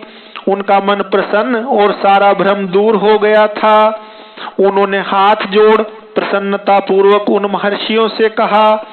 हिमालय बोले, महाभाग सप्तऋषियों, आप लोग मेरी बात सुने, मेरा सारा संदेह दूर हो गया। मैंने शिव पार्वती के चरित्र सुन लिए। अब मेरा शरीर, मेरी पत्नी मेना, मेरे पुत्र पुत्री रिद्धि सिद्धि तथा अन्य सारी वस्तुएं भगवान शिव की ही हैं, दूसरे किसी की नहीं। ब्रह्मा जी कहते हैं, नारद, ऐसा कहकर हिमाचल ने अपनी पुत्री की और आदर पूर्वक देखा और उसे वस्त्राभूषणों से विभूषित करके ऋषियों की गोद में बिठा दिया। तत्पश्चात वे शैलराज पुनः प्रसन्न हो उन ऋषियों से बोले, यह भगवान रुद्र का भाग है, इसे मैं उन्हीं को दूंगा, ऐसा निश्चय कर लिया है। ऋषि बोले, गिरिराज, भगवान शंकर तुम्हारे याचक हैं, तुम स्वयं उनके दाता हो और पार्वती देवी भिक्षा है, इससे उत्तम और क्या हो सकता है। हिमाचल, तुम समस्त पर्वतों के राजा, सबसे श्रेष्ठ और धन्य हो, अतः तुम्हारे शिखरों की सामान्य गति है। तुम्हारे सभी शिखर सामान्य रूप से पवित्र एवं श्रेष्ठ हैं। ब्रह्मा जी कहते हैं, नारद, ऐसा कहकर निर्मल अंतःकरण वाले उन मुनियों ने गिरिजा कुमारी पार्वती को हाथ से छूकर आशीर्वाद देते हुए कहा, शिवे, तुम भगवान शिव के लिए सुखदायिनी हो, तुम्हारा कल्याण होगा। जैसे शुक्ल पक्ष में चंद्रमा बढ़ते हैं उसी प्रकार तुम्हारे गुणों की वृद्धि हो। ऐसा कहकर सब मुनियों ने गिरिराज को प्रसन्नता पूर्वक फल फूल दे विवाह के पक्के होने का दृढ़ विश्वास कर लिया। उस समय परम सती सुमुखी अरुंधति ने प्रसन्नता पूर्वक भगवान शिव के गुणों का बखान करके मेना को लुभा लिया। तदंतर गिरिराज हिमवान ने परम उत्तम मांगलिक लोकाचार का आश्रय ले हल्दी और कुमकुम से अपनी दाढ़ी मूछ का मार्जन किया। तत्पश्चात चौथे दिन उत्तम लगन का निश्चय करके परस्पर संतोष दे वे सप्तऋषि भगवान शिव के पास चले गए। वहां जाकर शिव को नमस्कार और विविध सूक्तियों से उनका स्तवन करके वे वशिष्ठ आदि सब मुनि परमेश्वर शिव से बोले। ऋषियों ने कहा, देव देव, महादेव, परमेश्वर, महाप्रभु, आप प्रेम पूर्वक हमारी बात सुने। आपके इन सेवकों ने जो कार्य किया है उसे जान लें। महेश्वर, हमने नाना प्रकार के सुंदर वचन और इतिहास सुनाकर गिरिराज और मेना को समझा दिया है। गिरिराज ने आपके लिए पार्वती का वाग्दान कर दिया है। अब इसमें कोई ननु नच नहीं है। अब आप अपने पार्षदों तथा देवताओं के साथ उनके यहाँ विवाह के लिए जाइए। महादेव प्रभो अब शीघ्र हिमाचल के घर पधारिए और वेदोक्त रीति के अनुसार पार्वती का अपने लिए पाणी ग्रहण कीजिए। सप्तऋषियों का यह वचन सुनकर लोकाचार परायण महेश्वर प्रसन्न चित्त हो हंसते हुए इस प्रकार बोले। महेश्वर ने कहा, महाभाग सप्तऋषियों, विवाह को तो मैंने न कभी देखा है और न सुना ही है। तुम लोगों ने पहले जैसा देखा हो उसके अनुसार विवाह की विशेष विधि का वर्णन करो। महेश्वर के उस लौकिक शुभ वचन को सुनकर वे ऋषि हंसते हुए देवाधिदेव भगवान सदाशिव से बोले। ऋषियों ने कहा, प्रभो आप पहले तो भगवान विष्णु को विशेषतः उनके पार्षदों सहित शीघ्र बुला लें, फिर पुत्रों सहित ब्रह्मा जी को, देवराज इंद्र को, समस्त ऋषियों को, यक्ष, गंधर्व, किन्नर, सिद्ध, विद्याधर और अप्सराओं को प्रसन्नता पूर्वक आमंत्रित करें। इनको तथा अन्य सब लोगों को यहाँ सादर बुलवा लें। वे सब मिलकर आपके कार्य का साधन कर लेंगे, इसमें संशय नहीं है। ब्रह्मा जी कहते हैं, नारद ऐसा कहकर वे सातों ऋषि उनकी आज्ञा ले भगवान शंकर की स्थिति का वर्णन करते हुए वहां से प्रसन्नता पूर्वक अपने धाम को चले गए। ओम नमः नमः शिवाय, शिवाय नमस्तुभ्यं, श्री शिवाय नमस्तुभ्यं। इस अध्याय में हिमवान का भगवान शिव के पास लगन पत्रिका भेजना, विवाह के लिए आवश्यक सामान जुटाना, मंगलाचार का आरंभ करना, उनका निमंत्रण पाकर पर्वतों और नदियों का दिव्य रूप में आना, पुरी की सजावट तथा विश्वकर्मा द्वारा दिव्य मंडप एवं देवताओं के निवास के लिए दिव्य लोकों का निर्माण करवाना, इन सब का वर्णन है। नारद जी ने पूछा, तात महाप्राज्ञ प्रभो आप कृपा पूर्वक यह बताइए कि सप्तऋषियों के चले जाने पर हिमाचल ने क्या किया। ब्रह्मा जी ने कहा, मुनीश्वर अरुंधति सहित उन सप्तऋषियों के चले जाने पर हिमवान ने जो कार्य किया वह तुम्हें बता रहा हूँ। सप्तऋषियों के जाने के बाद अपने मेरु आदि भाई बंधुओं को आमंत्रित करके पुत्र और पत्नी सहित महामनस्वी गिरिराज हिमवान बड़े हर्ष का अनुभव करने लगे।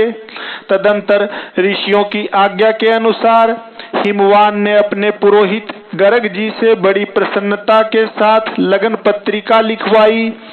उस पत्रिका को उन्होंने भगवान शिव के पास भेजा।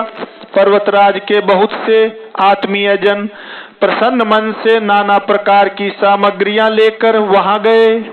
कैलाश पर भगवान शिव के समीप पहुंचकर उन लोगों ने शिव को तिलक लगाया और वह लगन पत्र उनके हाथ में दिया। वहां भगवान शिव ने उन सब का यथा योग्य विशेष सत्कार किया। फिर वे सब लोग प्रसन्न चित्त हो शैलराज के पास लौट आए। महेश्वर के द्वारा विशेष सम्मानित होकर बड़े हर्ष के साथ लौटे हुए उन लोगों को देखकर हिमवान के हृदय में अत्यंत हर्ष हुआ।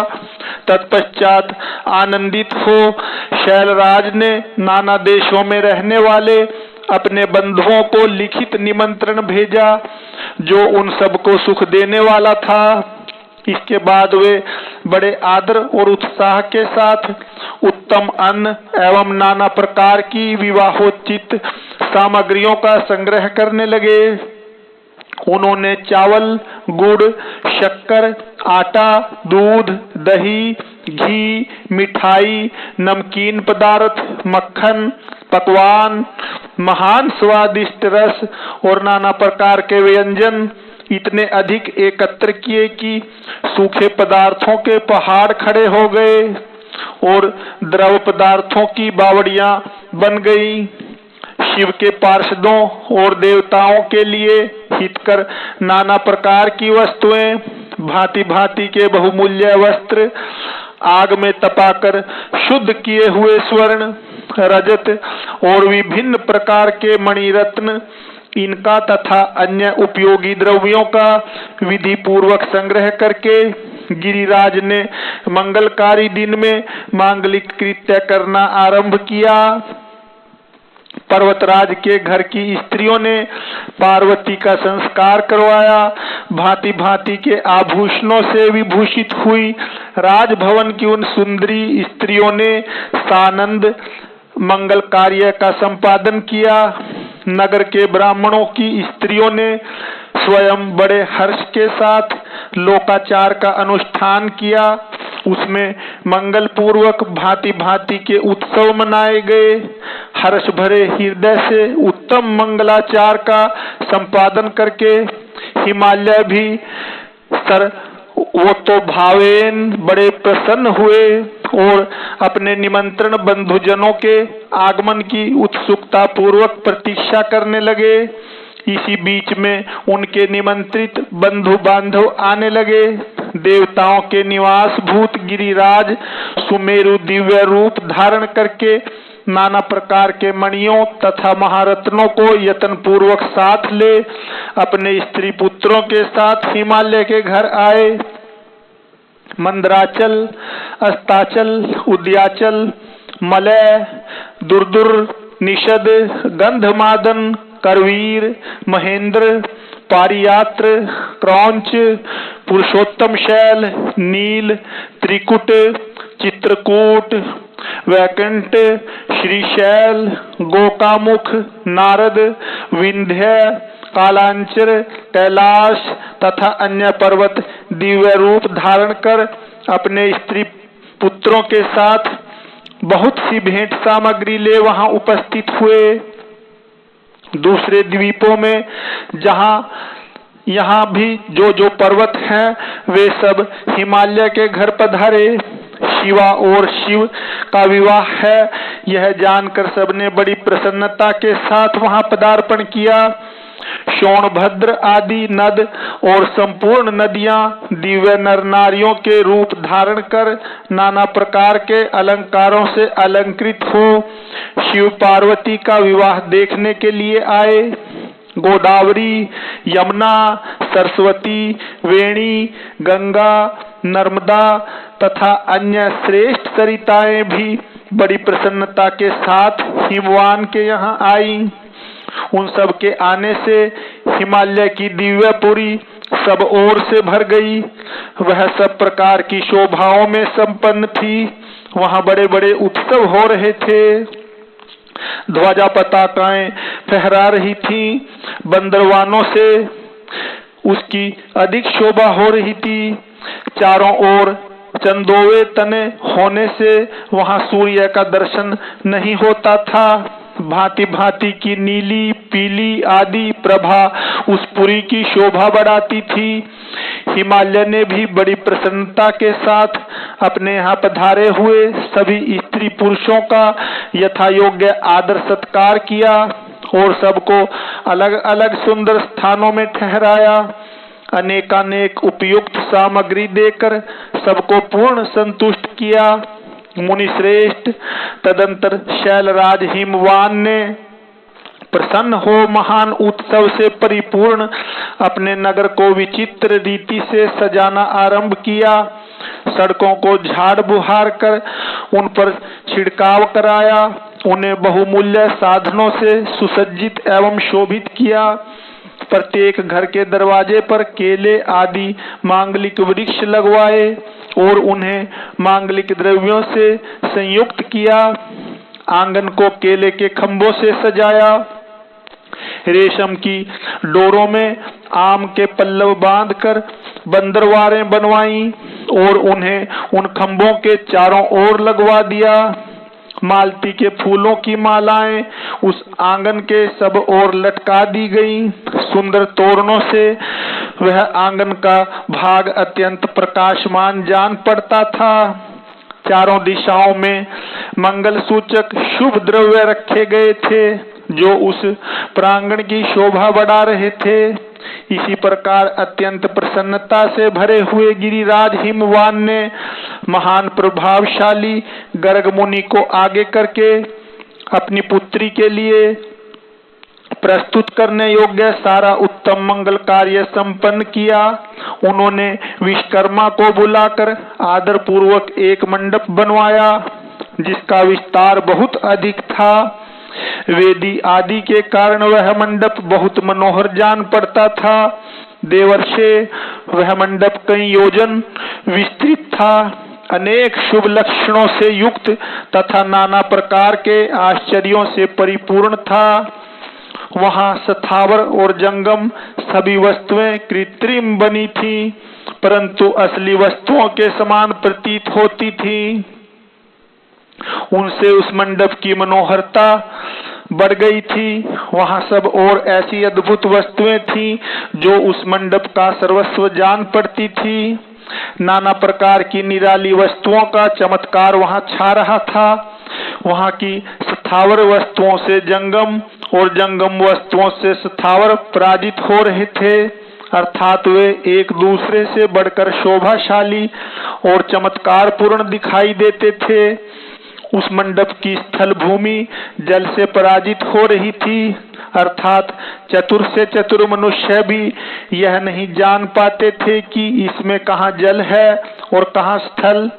कहीं कृत्रिम सिंह बने थे और कहीं सारसों की पंक्तियां, कहीं बनावटी मोर थे जो अपनी सुंदरता से मन को मोह लेते थे। कहीं कृत्रिम स्त्रियां थीं जो पुरुषों के साथ नृत्य करती हुई देखी जाती थीं। वे कृत्रिम होने पर भी सब लोगों की ओर देखती और उनके मन को मोह में डाल देती थी। उसी विधि से मनोहर द्वारपाल बने थे जो स्थावर होने पर भी जंगमों के समान जान पड़ते थे। वे अपने हाथों से धनुष उठाकर उन्हें खींचते देखे जाते थे। द्वार पर कृत्रिम महालक्ष्मी खड़ी थी जिनकी रचना अद्भुत थी। वह समस्त शुभ लक्षणों से संयुक्त दिखाई देती थी। उन्हें देखकर ऐसा जान पड़ता था मानो क्षीर सागर से साक्षात लक्ष्मी ही आ गई हो। उस मंडप में स्थान स्थान पर सजे सजाए कृत्रिम हाथी खड़े किए गए थे जो असली हाथियों के समान ही प्रतीत होते थे। घुड़सवारों सहित घोड़े और हाथी सवारों सहित हाथी बनाए गए थे। जहां तहां रथियों सहित रथ बने थे जो कृत्रिम अश्वों से ही खींचे जाते थे। उन्हें देखकर लोगों को बड़ा आश्चर्य होता था। इनके सिवा दूसरे कृत्रिम वाहन भी वहां खड़े थे। पैदल सिपाहियों की कृत्रिम सेना भी वहां मौजूद थी। मुने प्रसन्न चित्त वाले विश्वकर्मा ने देवताओं और मुनियों को भी मोह आश्चर्य में डालने के लिए वहां ऐसी अद्भुत रचनाएं की थी। मंडप के सबसे बड़े फाटक पर कृत्रिम नंदी खड़ा था जो शुद्ध स्फटिक मणि के समान उज्जवल कांति से सुशोभित होता था। भगवान शिव के वाहन नंदी की जैसी आकृति है ठीक वैसा ही वह भी था। उस कृत्रिम नंदी के ऊपर रतन विभूषित महादिव्य पुष्पक शोभा पाता था जो पल्लवों तथा श्वेत चामरों से सजाया गया था। उसके वाम पार्श्व में दो कृत्रिम हाथी खड़े थे जिनका रंग विशुद्ध केसर के समान था। वे 4 दांत वाले बनाए गए थे और 60 वर्ष के पाठों के समान दिखते थे। वे परस्पर स्नेह करते से प्रतीत होते थे।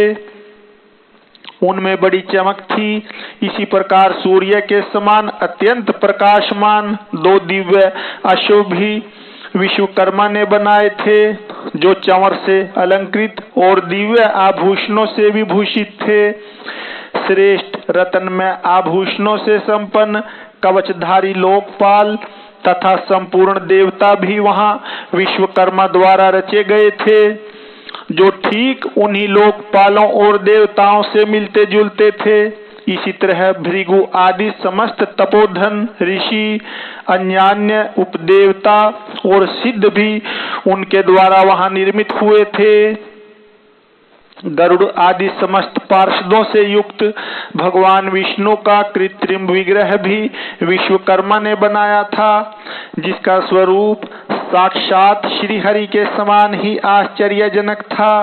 नारद उसी प्रकार पुत्रों, वेदों और सिद्धों से घिरे हुए मुझ ब्रह्मा की भी प्रतिमा वहां बनाई गई थी, जो मेरे समान ही वैदिक सूक्तों का पाठ कर रही थी। ऐरावत हाथी पर चढ़े हुए देवराज इंद्र भी वहां दल बल के साथ खड़े थे। वे भी कृत्रिम ही बनाए गए थे और परिपूर्ण चंद्रमा के समान प्रकाशित होते थे। देवर्षे, बहुत कहने से क्या लाभ, हिमाचल से प्रेरित हुए विश्वकर्मा ने वहां शीघ्र ही संपूर्ण देव समाज के कृत्रिम विग्रहों का निर्माण कर लिया था। इस प्रकार उन्होंने दिव्य मंडप की रचना की थी। वह मंडप अनेक आश्चर्यों से युक्त, महान तथा देवताओं को भी मोह लेने वाला था। तदंतर गिरिराज हिमवान की आज्ञा से परम बुद्धिमान विश्वकर्मा ने देवता आदि के निवास के लिए उनके कृत्रिम लोकों का भी यत्न पूर्वक निर्माण किया। उन्हीं लोकों में उन्होंने उन देवताओं के लिए अत्यंत तेजस्वी, परम अद्भुत और सुखदायक बड़े बड़े दिव्य मंचों, सिंहासनों की रचना की। इसी तरह उन्होंने मुझ स्वयंभू ब्रह्मा के निवास के लिए क्षण भर में अद्भुत सत्यलोक की रचना कर डाली, जो उत्तम दीप्ति से उद्दीप्त हो रहा था। साथ ही भगवान विष्णु के लिए भी क्षण भर में दूसरे दिव्य वैकुंठ धाम का निर्माण कर दिया, जो परम उज्जवल तथा नाना प्रकार के आश्चर्यों से परिपूर्ण था। इसी तरह विश्वकर्मा ने देवराज इंद्र के लिए भी दिव्य, अद्भुत, उत्तम एवं समस्त ऐश्वर्यों से संपन्न गृह की रचना की। अन्य लोकपालों के लिए भी उन्होंने प्रसन्नता पूर्वक बड़े सुंदर, दिव्य, अद्भुत एवं बड़े बड़े भवन बनाए। फिर क्रमशः समस्त देवताओं के लिए भी उन्होंने क्रमशः विचित्र गृहों का निर्माण किया। परम बुद्धिमान विश्वकर्मा को भगवान शंकर का महान वर प्राप्त था, इसलिए उन्होंने शिव के संतोष के लिए क्षण भर में इन सब वस्तुओं की रचना कर डाली। तदंतर उसी प्रकार भगवान शंकर के लिए भी उन्होंने एक शोभाशाली गृह का निर्माण किया, जो शिव के चिन्ह से युक्त तथा शिवलोकवर्ती दिव्य भवन के समान ही अनुपम था। श्रेष्ठ देवताओं ने उसकी भूरी भूरी प्रशंसा की थी। वह परम उज्जवल, महान, प्रभा पुंज से उद्भासित, उत्तम और अद्भुत था। विश्वकर्मा ने भगवान शिव की प्रसन्नता के लिए वहां ऐसी अद्भुत रचना की थी, जो परम उज्जवल होने के साथ ही साथ साक्षात महादेव जी को भी आश्चर्य में डालने वाली थी। इस प्रकार यह सारा लौकिक व्यवहार करके हिमाचल बड़ी प्रसन्नता के साथ भगवान शंभु के शुभागमन की प्रतीक्षा करने लगे। देवर्षे, हिमालय का यह सारा आनंददायक वृत्तांत मैंने तुमसे कह सुनाया। अब और क्या सुनना चाहते हो? ओम नमः नमः शिवाय। श्री शिवाय नमस्तुभ्यं, श्री शिवाय नमस्तुभ्यं। इस अध्याय में भगवान शिव का नारद जी के द्वारा सब देवताओं को निमंत्रण दिलाना, सबका आगमन तथा शिव का मंगलाचार एवं ग्रह पूजन आदि करके कैलाश से बाहर निकलना, इन सब का वर्णन है। नारद जी बोले, विष्णु शिष्य महाप्राज्ञ तात विधात है। आपको नमस्कार है कृपा निधे। आपके मुंह से यह अद्भुत कथा मुझे सुनने को मिली है। अब मैं भगवान चंद्रमौलिक के परम मंगलमय तथा समस्त पाप राशि के विनाशक वैवाहिक चरित्र को सुनना चाहता हूँ। मंगल पत्रिका पाकर महादेव जी ने क्या किया, परमात्मा शंकर की वह दिव्य कथा सुनाइए। ब्रह्मा जी ने कहा, बेटा तुम बड़े बुद्धिमान हो, भगवान शंकर के उत्तम यश को सुनो। मंगल पत्रिका पाकर भगवान शंकर ने जो कुछ किया वह बताता हूँ। भगवान शिव उस मंगल पत्रिका को प्रसन्नता पूर्वक हाथ में लेकर हृदय में बड़े हर्ष का अनुभव करते हुए हंसने लगे। फिर उन भगवान ने उसे लाने वालों का सम्मान किया। तत्पश्चात उसे बांधकर विधि पूर्वक स्वीकार किया। इसके बाद हिमाचल के यहाँ से आए हुए लोगों को बड़े आदर सम्मान के साथ विदा किया। तदंतर उन मुनियों से कहा, आप लोगों ने मेरे शुभ कार्य का भली भांति संपादन किया।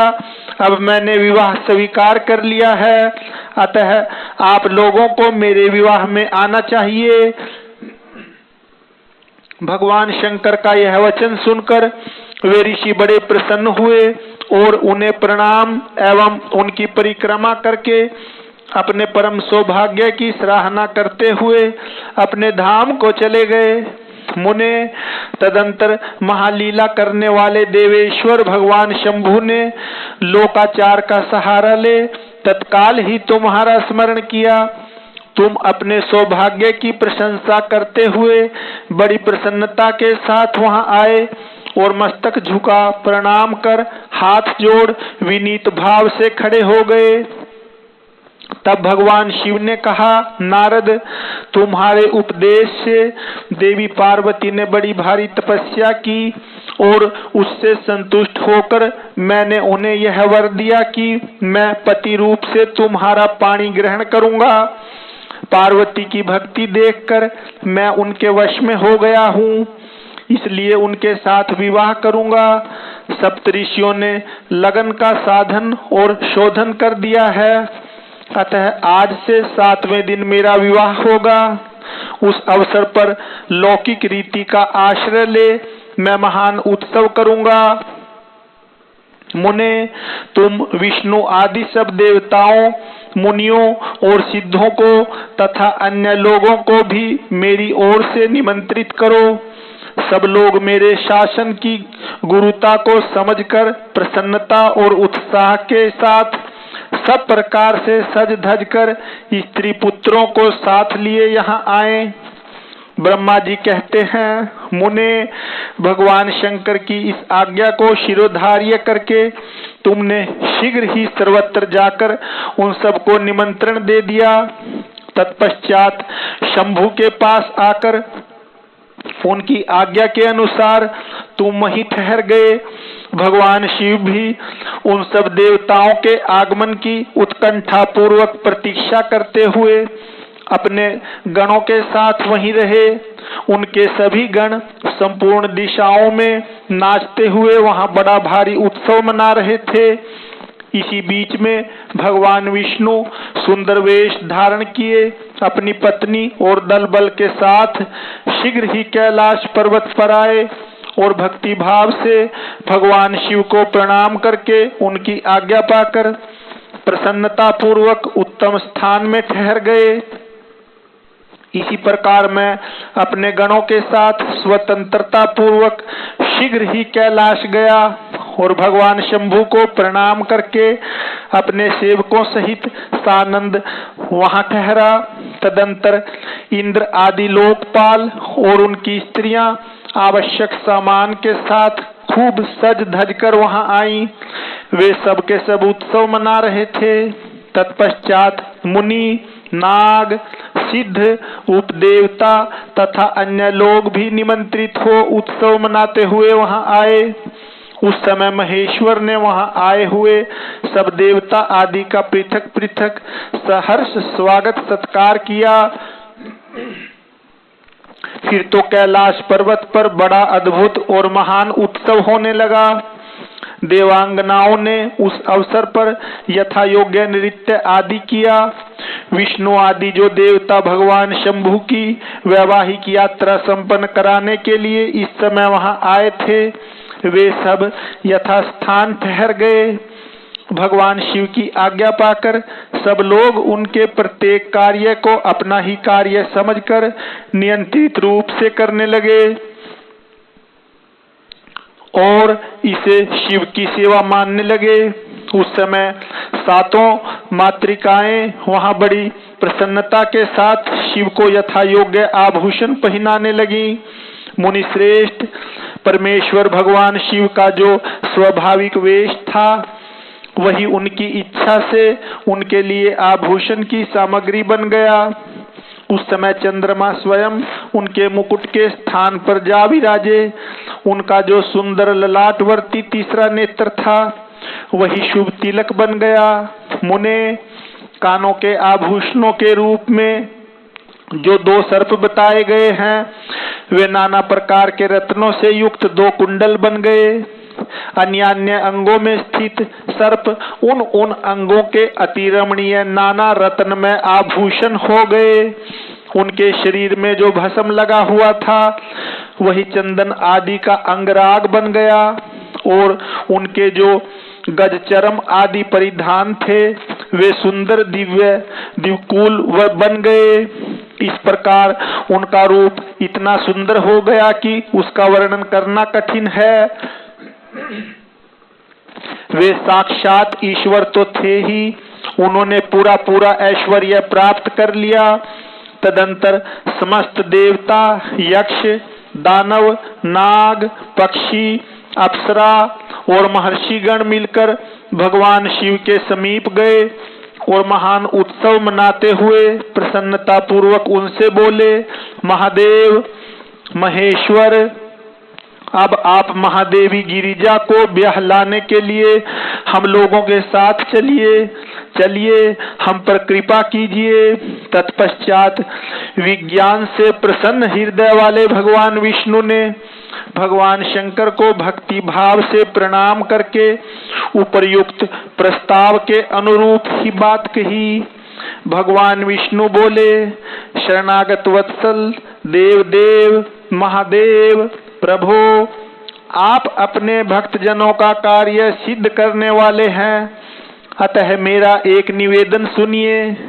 कल्याणकारी शंभो, आप गृहस्थोक्त विधि से अनुसार गिरिजा कुमारी पार्वती देवी के साथ अपने विवाह का कार्य कराइए। हर आपके द्वारा विवाह की विधि का संपादन होने पर वही लोक में सर्वत्र विख्यात हो जाएगी। अतः नाथ, आप कुल धर्म के अनुसार प्रेम पूर्वक मंडप स्थापन और नंदीमुख श्राद्ध कराइए तथा लोक में अपने यश का विस्तार कीजिए। ब्रह्मा जी कहते हैं, नारद, भगवान विष्णु के ऐसा कहने पर लोकाचार परायण परमेश्वर शंभु ने विधि पूर्वक सब कार्य किया।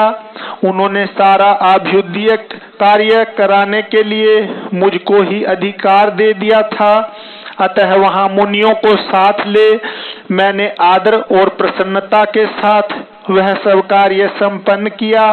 महामुने, उस समय कश्यप, अत्रि, वशिष्ठ, गौतम, भागुरी, गुरु, कणव, बृहस्पति, शक्ति, यमदग्नि, पराशर, मार्कंडेय, शिलापाक, अरुणपाल, अकृत्रश्रम, अगस्त्य, च्यवन, गर्ग, शिलाद, दधीचि, उपमन्यु, भरद्वाज, अकृतव्रण, पिप्लाद, कुशिक, कौतस तथा शिष्यों सहित व्यास, ये और दूसरे बहुत से ऋषि जो भगवान शिव के समीप आए थे, मेरी प्रेरणा से विधि पूर्वक वहां आभ्युदय कर्म कराने लगे। वे सब के सब वेदों के पारंगत विद्वान थे। अतः वेदोक्त विधि से वैवाहिक मंगलाचार करके ऋग्वेद, यजुर्वेद और सामवेद के विविध उत्तम सूक्तों द्वारा महेश्वर की रक्षा करने लगे। उन सब ऋषियों ने बड़ी प्रसन्नता के साथ बहुत से मंगल कार्य कराए। मेरी और शंभु की प्रेरणा से उन्होंने विघ्नों की शांति के लिए प्रीतिपूर्वक ग्रहों का और समस्त मंडलवर्ती देवताओं का पूजन किया।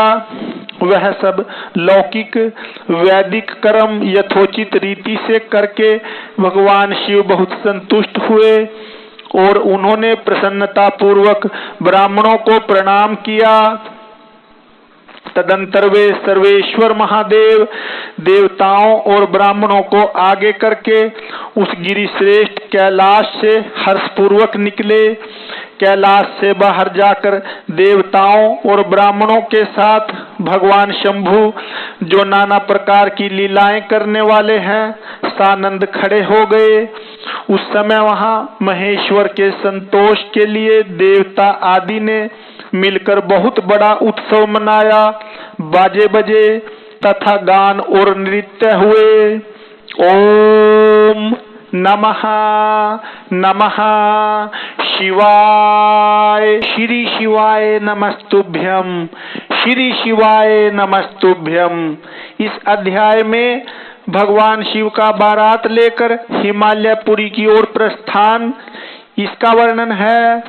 ब्रह्मा जी कहते हैं, मुने, तदंतर भगवान शंभु ने नंदी आदि सब गणों को अपने साथ हिमाचलपुरी को चलने की प्रसन्नता पूर्वक आज्ञा देते हुए कहा, तुम लोग थोड़े से गणों को यहाँ रखकर शेष सभी लोग मेरे साथ बड़े उत्साह और आनंद से युक्त हो गिरिराज हिमवान के नगर को चलो।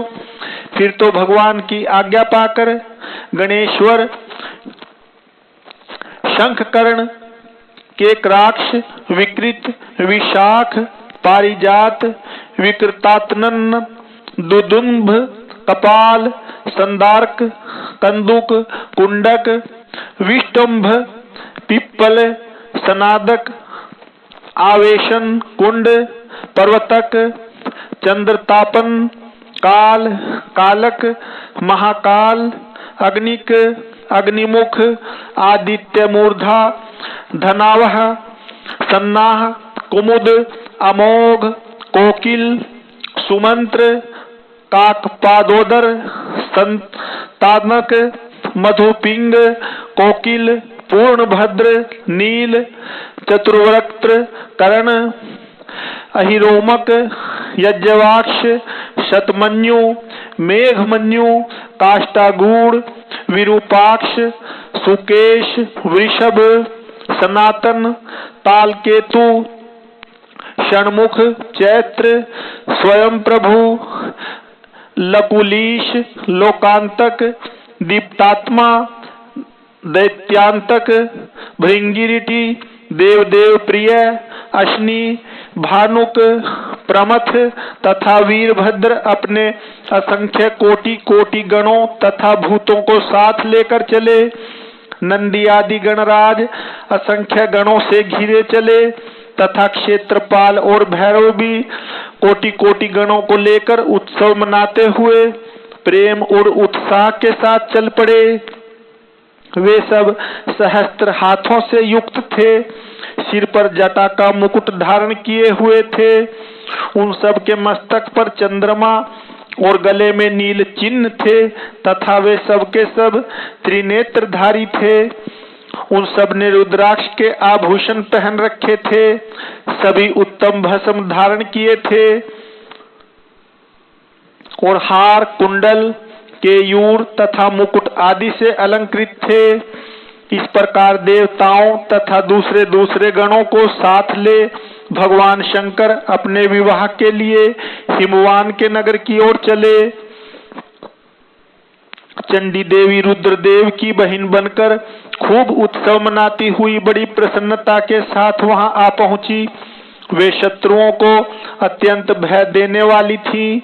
उन्होंने सांपों के आभूषण से अपने को विभूषित कर रखा था। उनका वाहन प्रेत था। वे उसी पर आरूढ़ हो अपने माथे पर एक सोने का भरा हुआ कलश लिए चल रही थी। वह कलश महान प्रभा पुंज से प्रकाशित हो रहा था। मुने वहां करोड़ों दिव्य भूतगण शोभा पाते थे, जिनका रूप विकराल था। उनके रूप रंग भी अनेक प्रकार के थे। उस समय डमरुओं की डिम-डिम घोष से, भेरियों की गड़गड़ाहट से और शंखों की गंभीर नाद से तीनों लोक गूंज उठे थे। दुंदुभियों की ध्वनि से महान कोलाहल हो रहा था। वह जगत का मंगल करता हुआ अमंगल का नाश करता था। देवता लोग शिवगणों के पीछे होकर बड़ी उत्सुकता के साथ बारात का अनुसरण करते थे। संपूर्ण सिद्ध और लोकपाल आदि भी देवताओं के साथ थे। देवमंडली के मध्य भाग में गरुड़ के आसन पर बैठकर लक्ष्मीपति भगवान विष्णु चल रहे थे। मुने उनके ऊपर महान छत्र तना हुआ था, जो उनकी शोभा बढ़ाता था। उन पर चंवर डुलाए जा रहे थे और वे अपने गणों से घिरे हुए थे। उनके शोभाशाली पार्षदों ने उन्हें अपने ढंग से आभूषण आदि के द्वारा विभूषित किया था।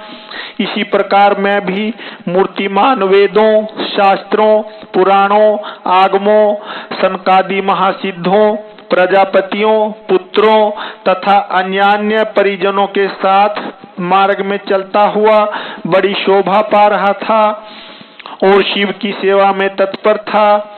देवराज इंद्र भी नाना प्रकार के आभूषणों से विभूषित हो ऐरावत हाथी पर आरूढ़ होकर अपने सेना के बीच से चलते हुए अत्यंत सुशोभित हो रहे थे।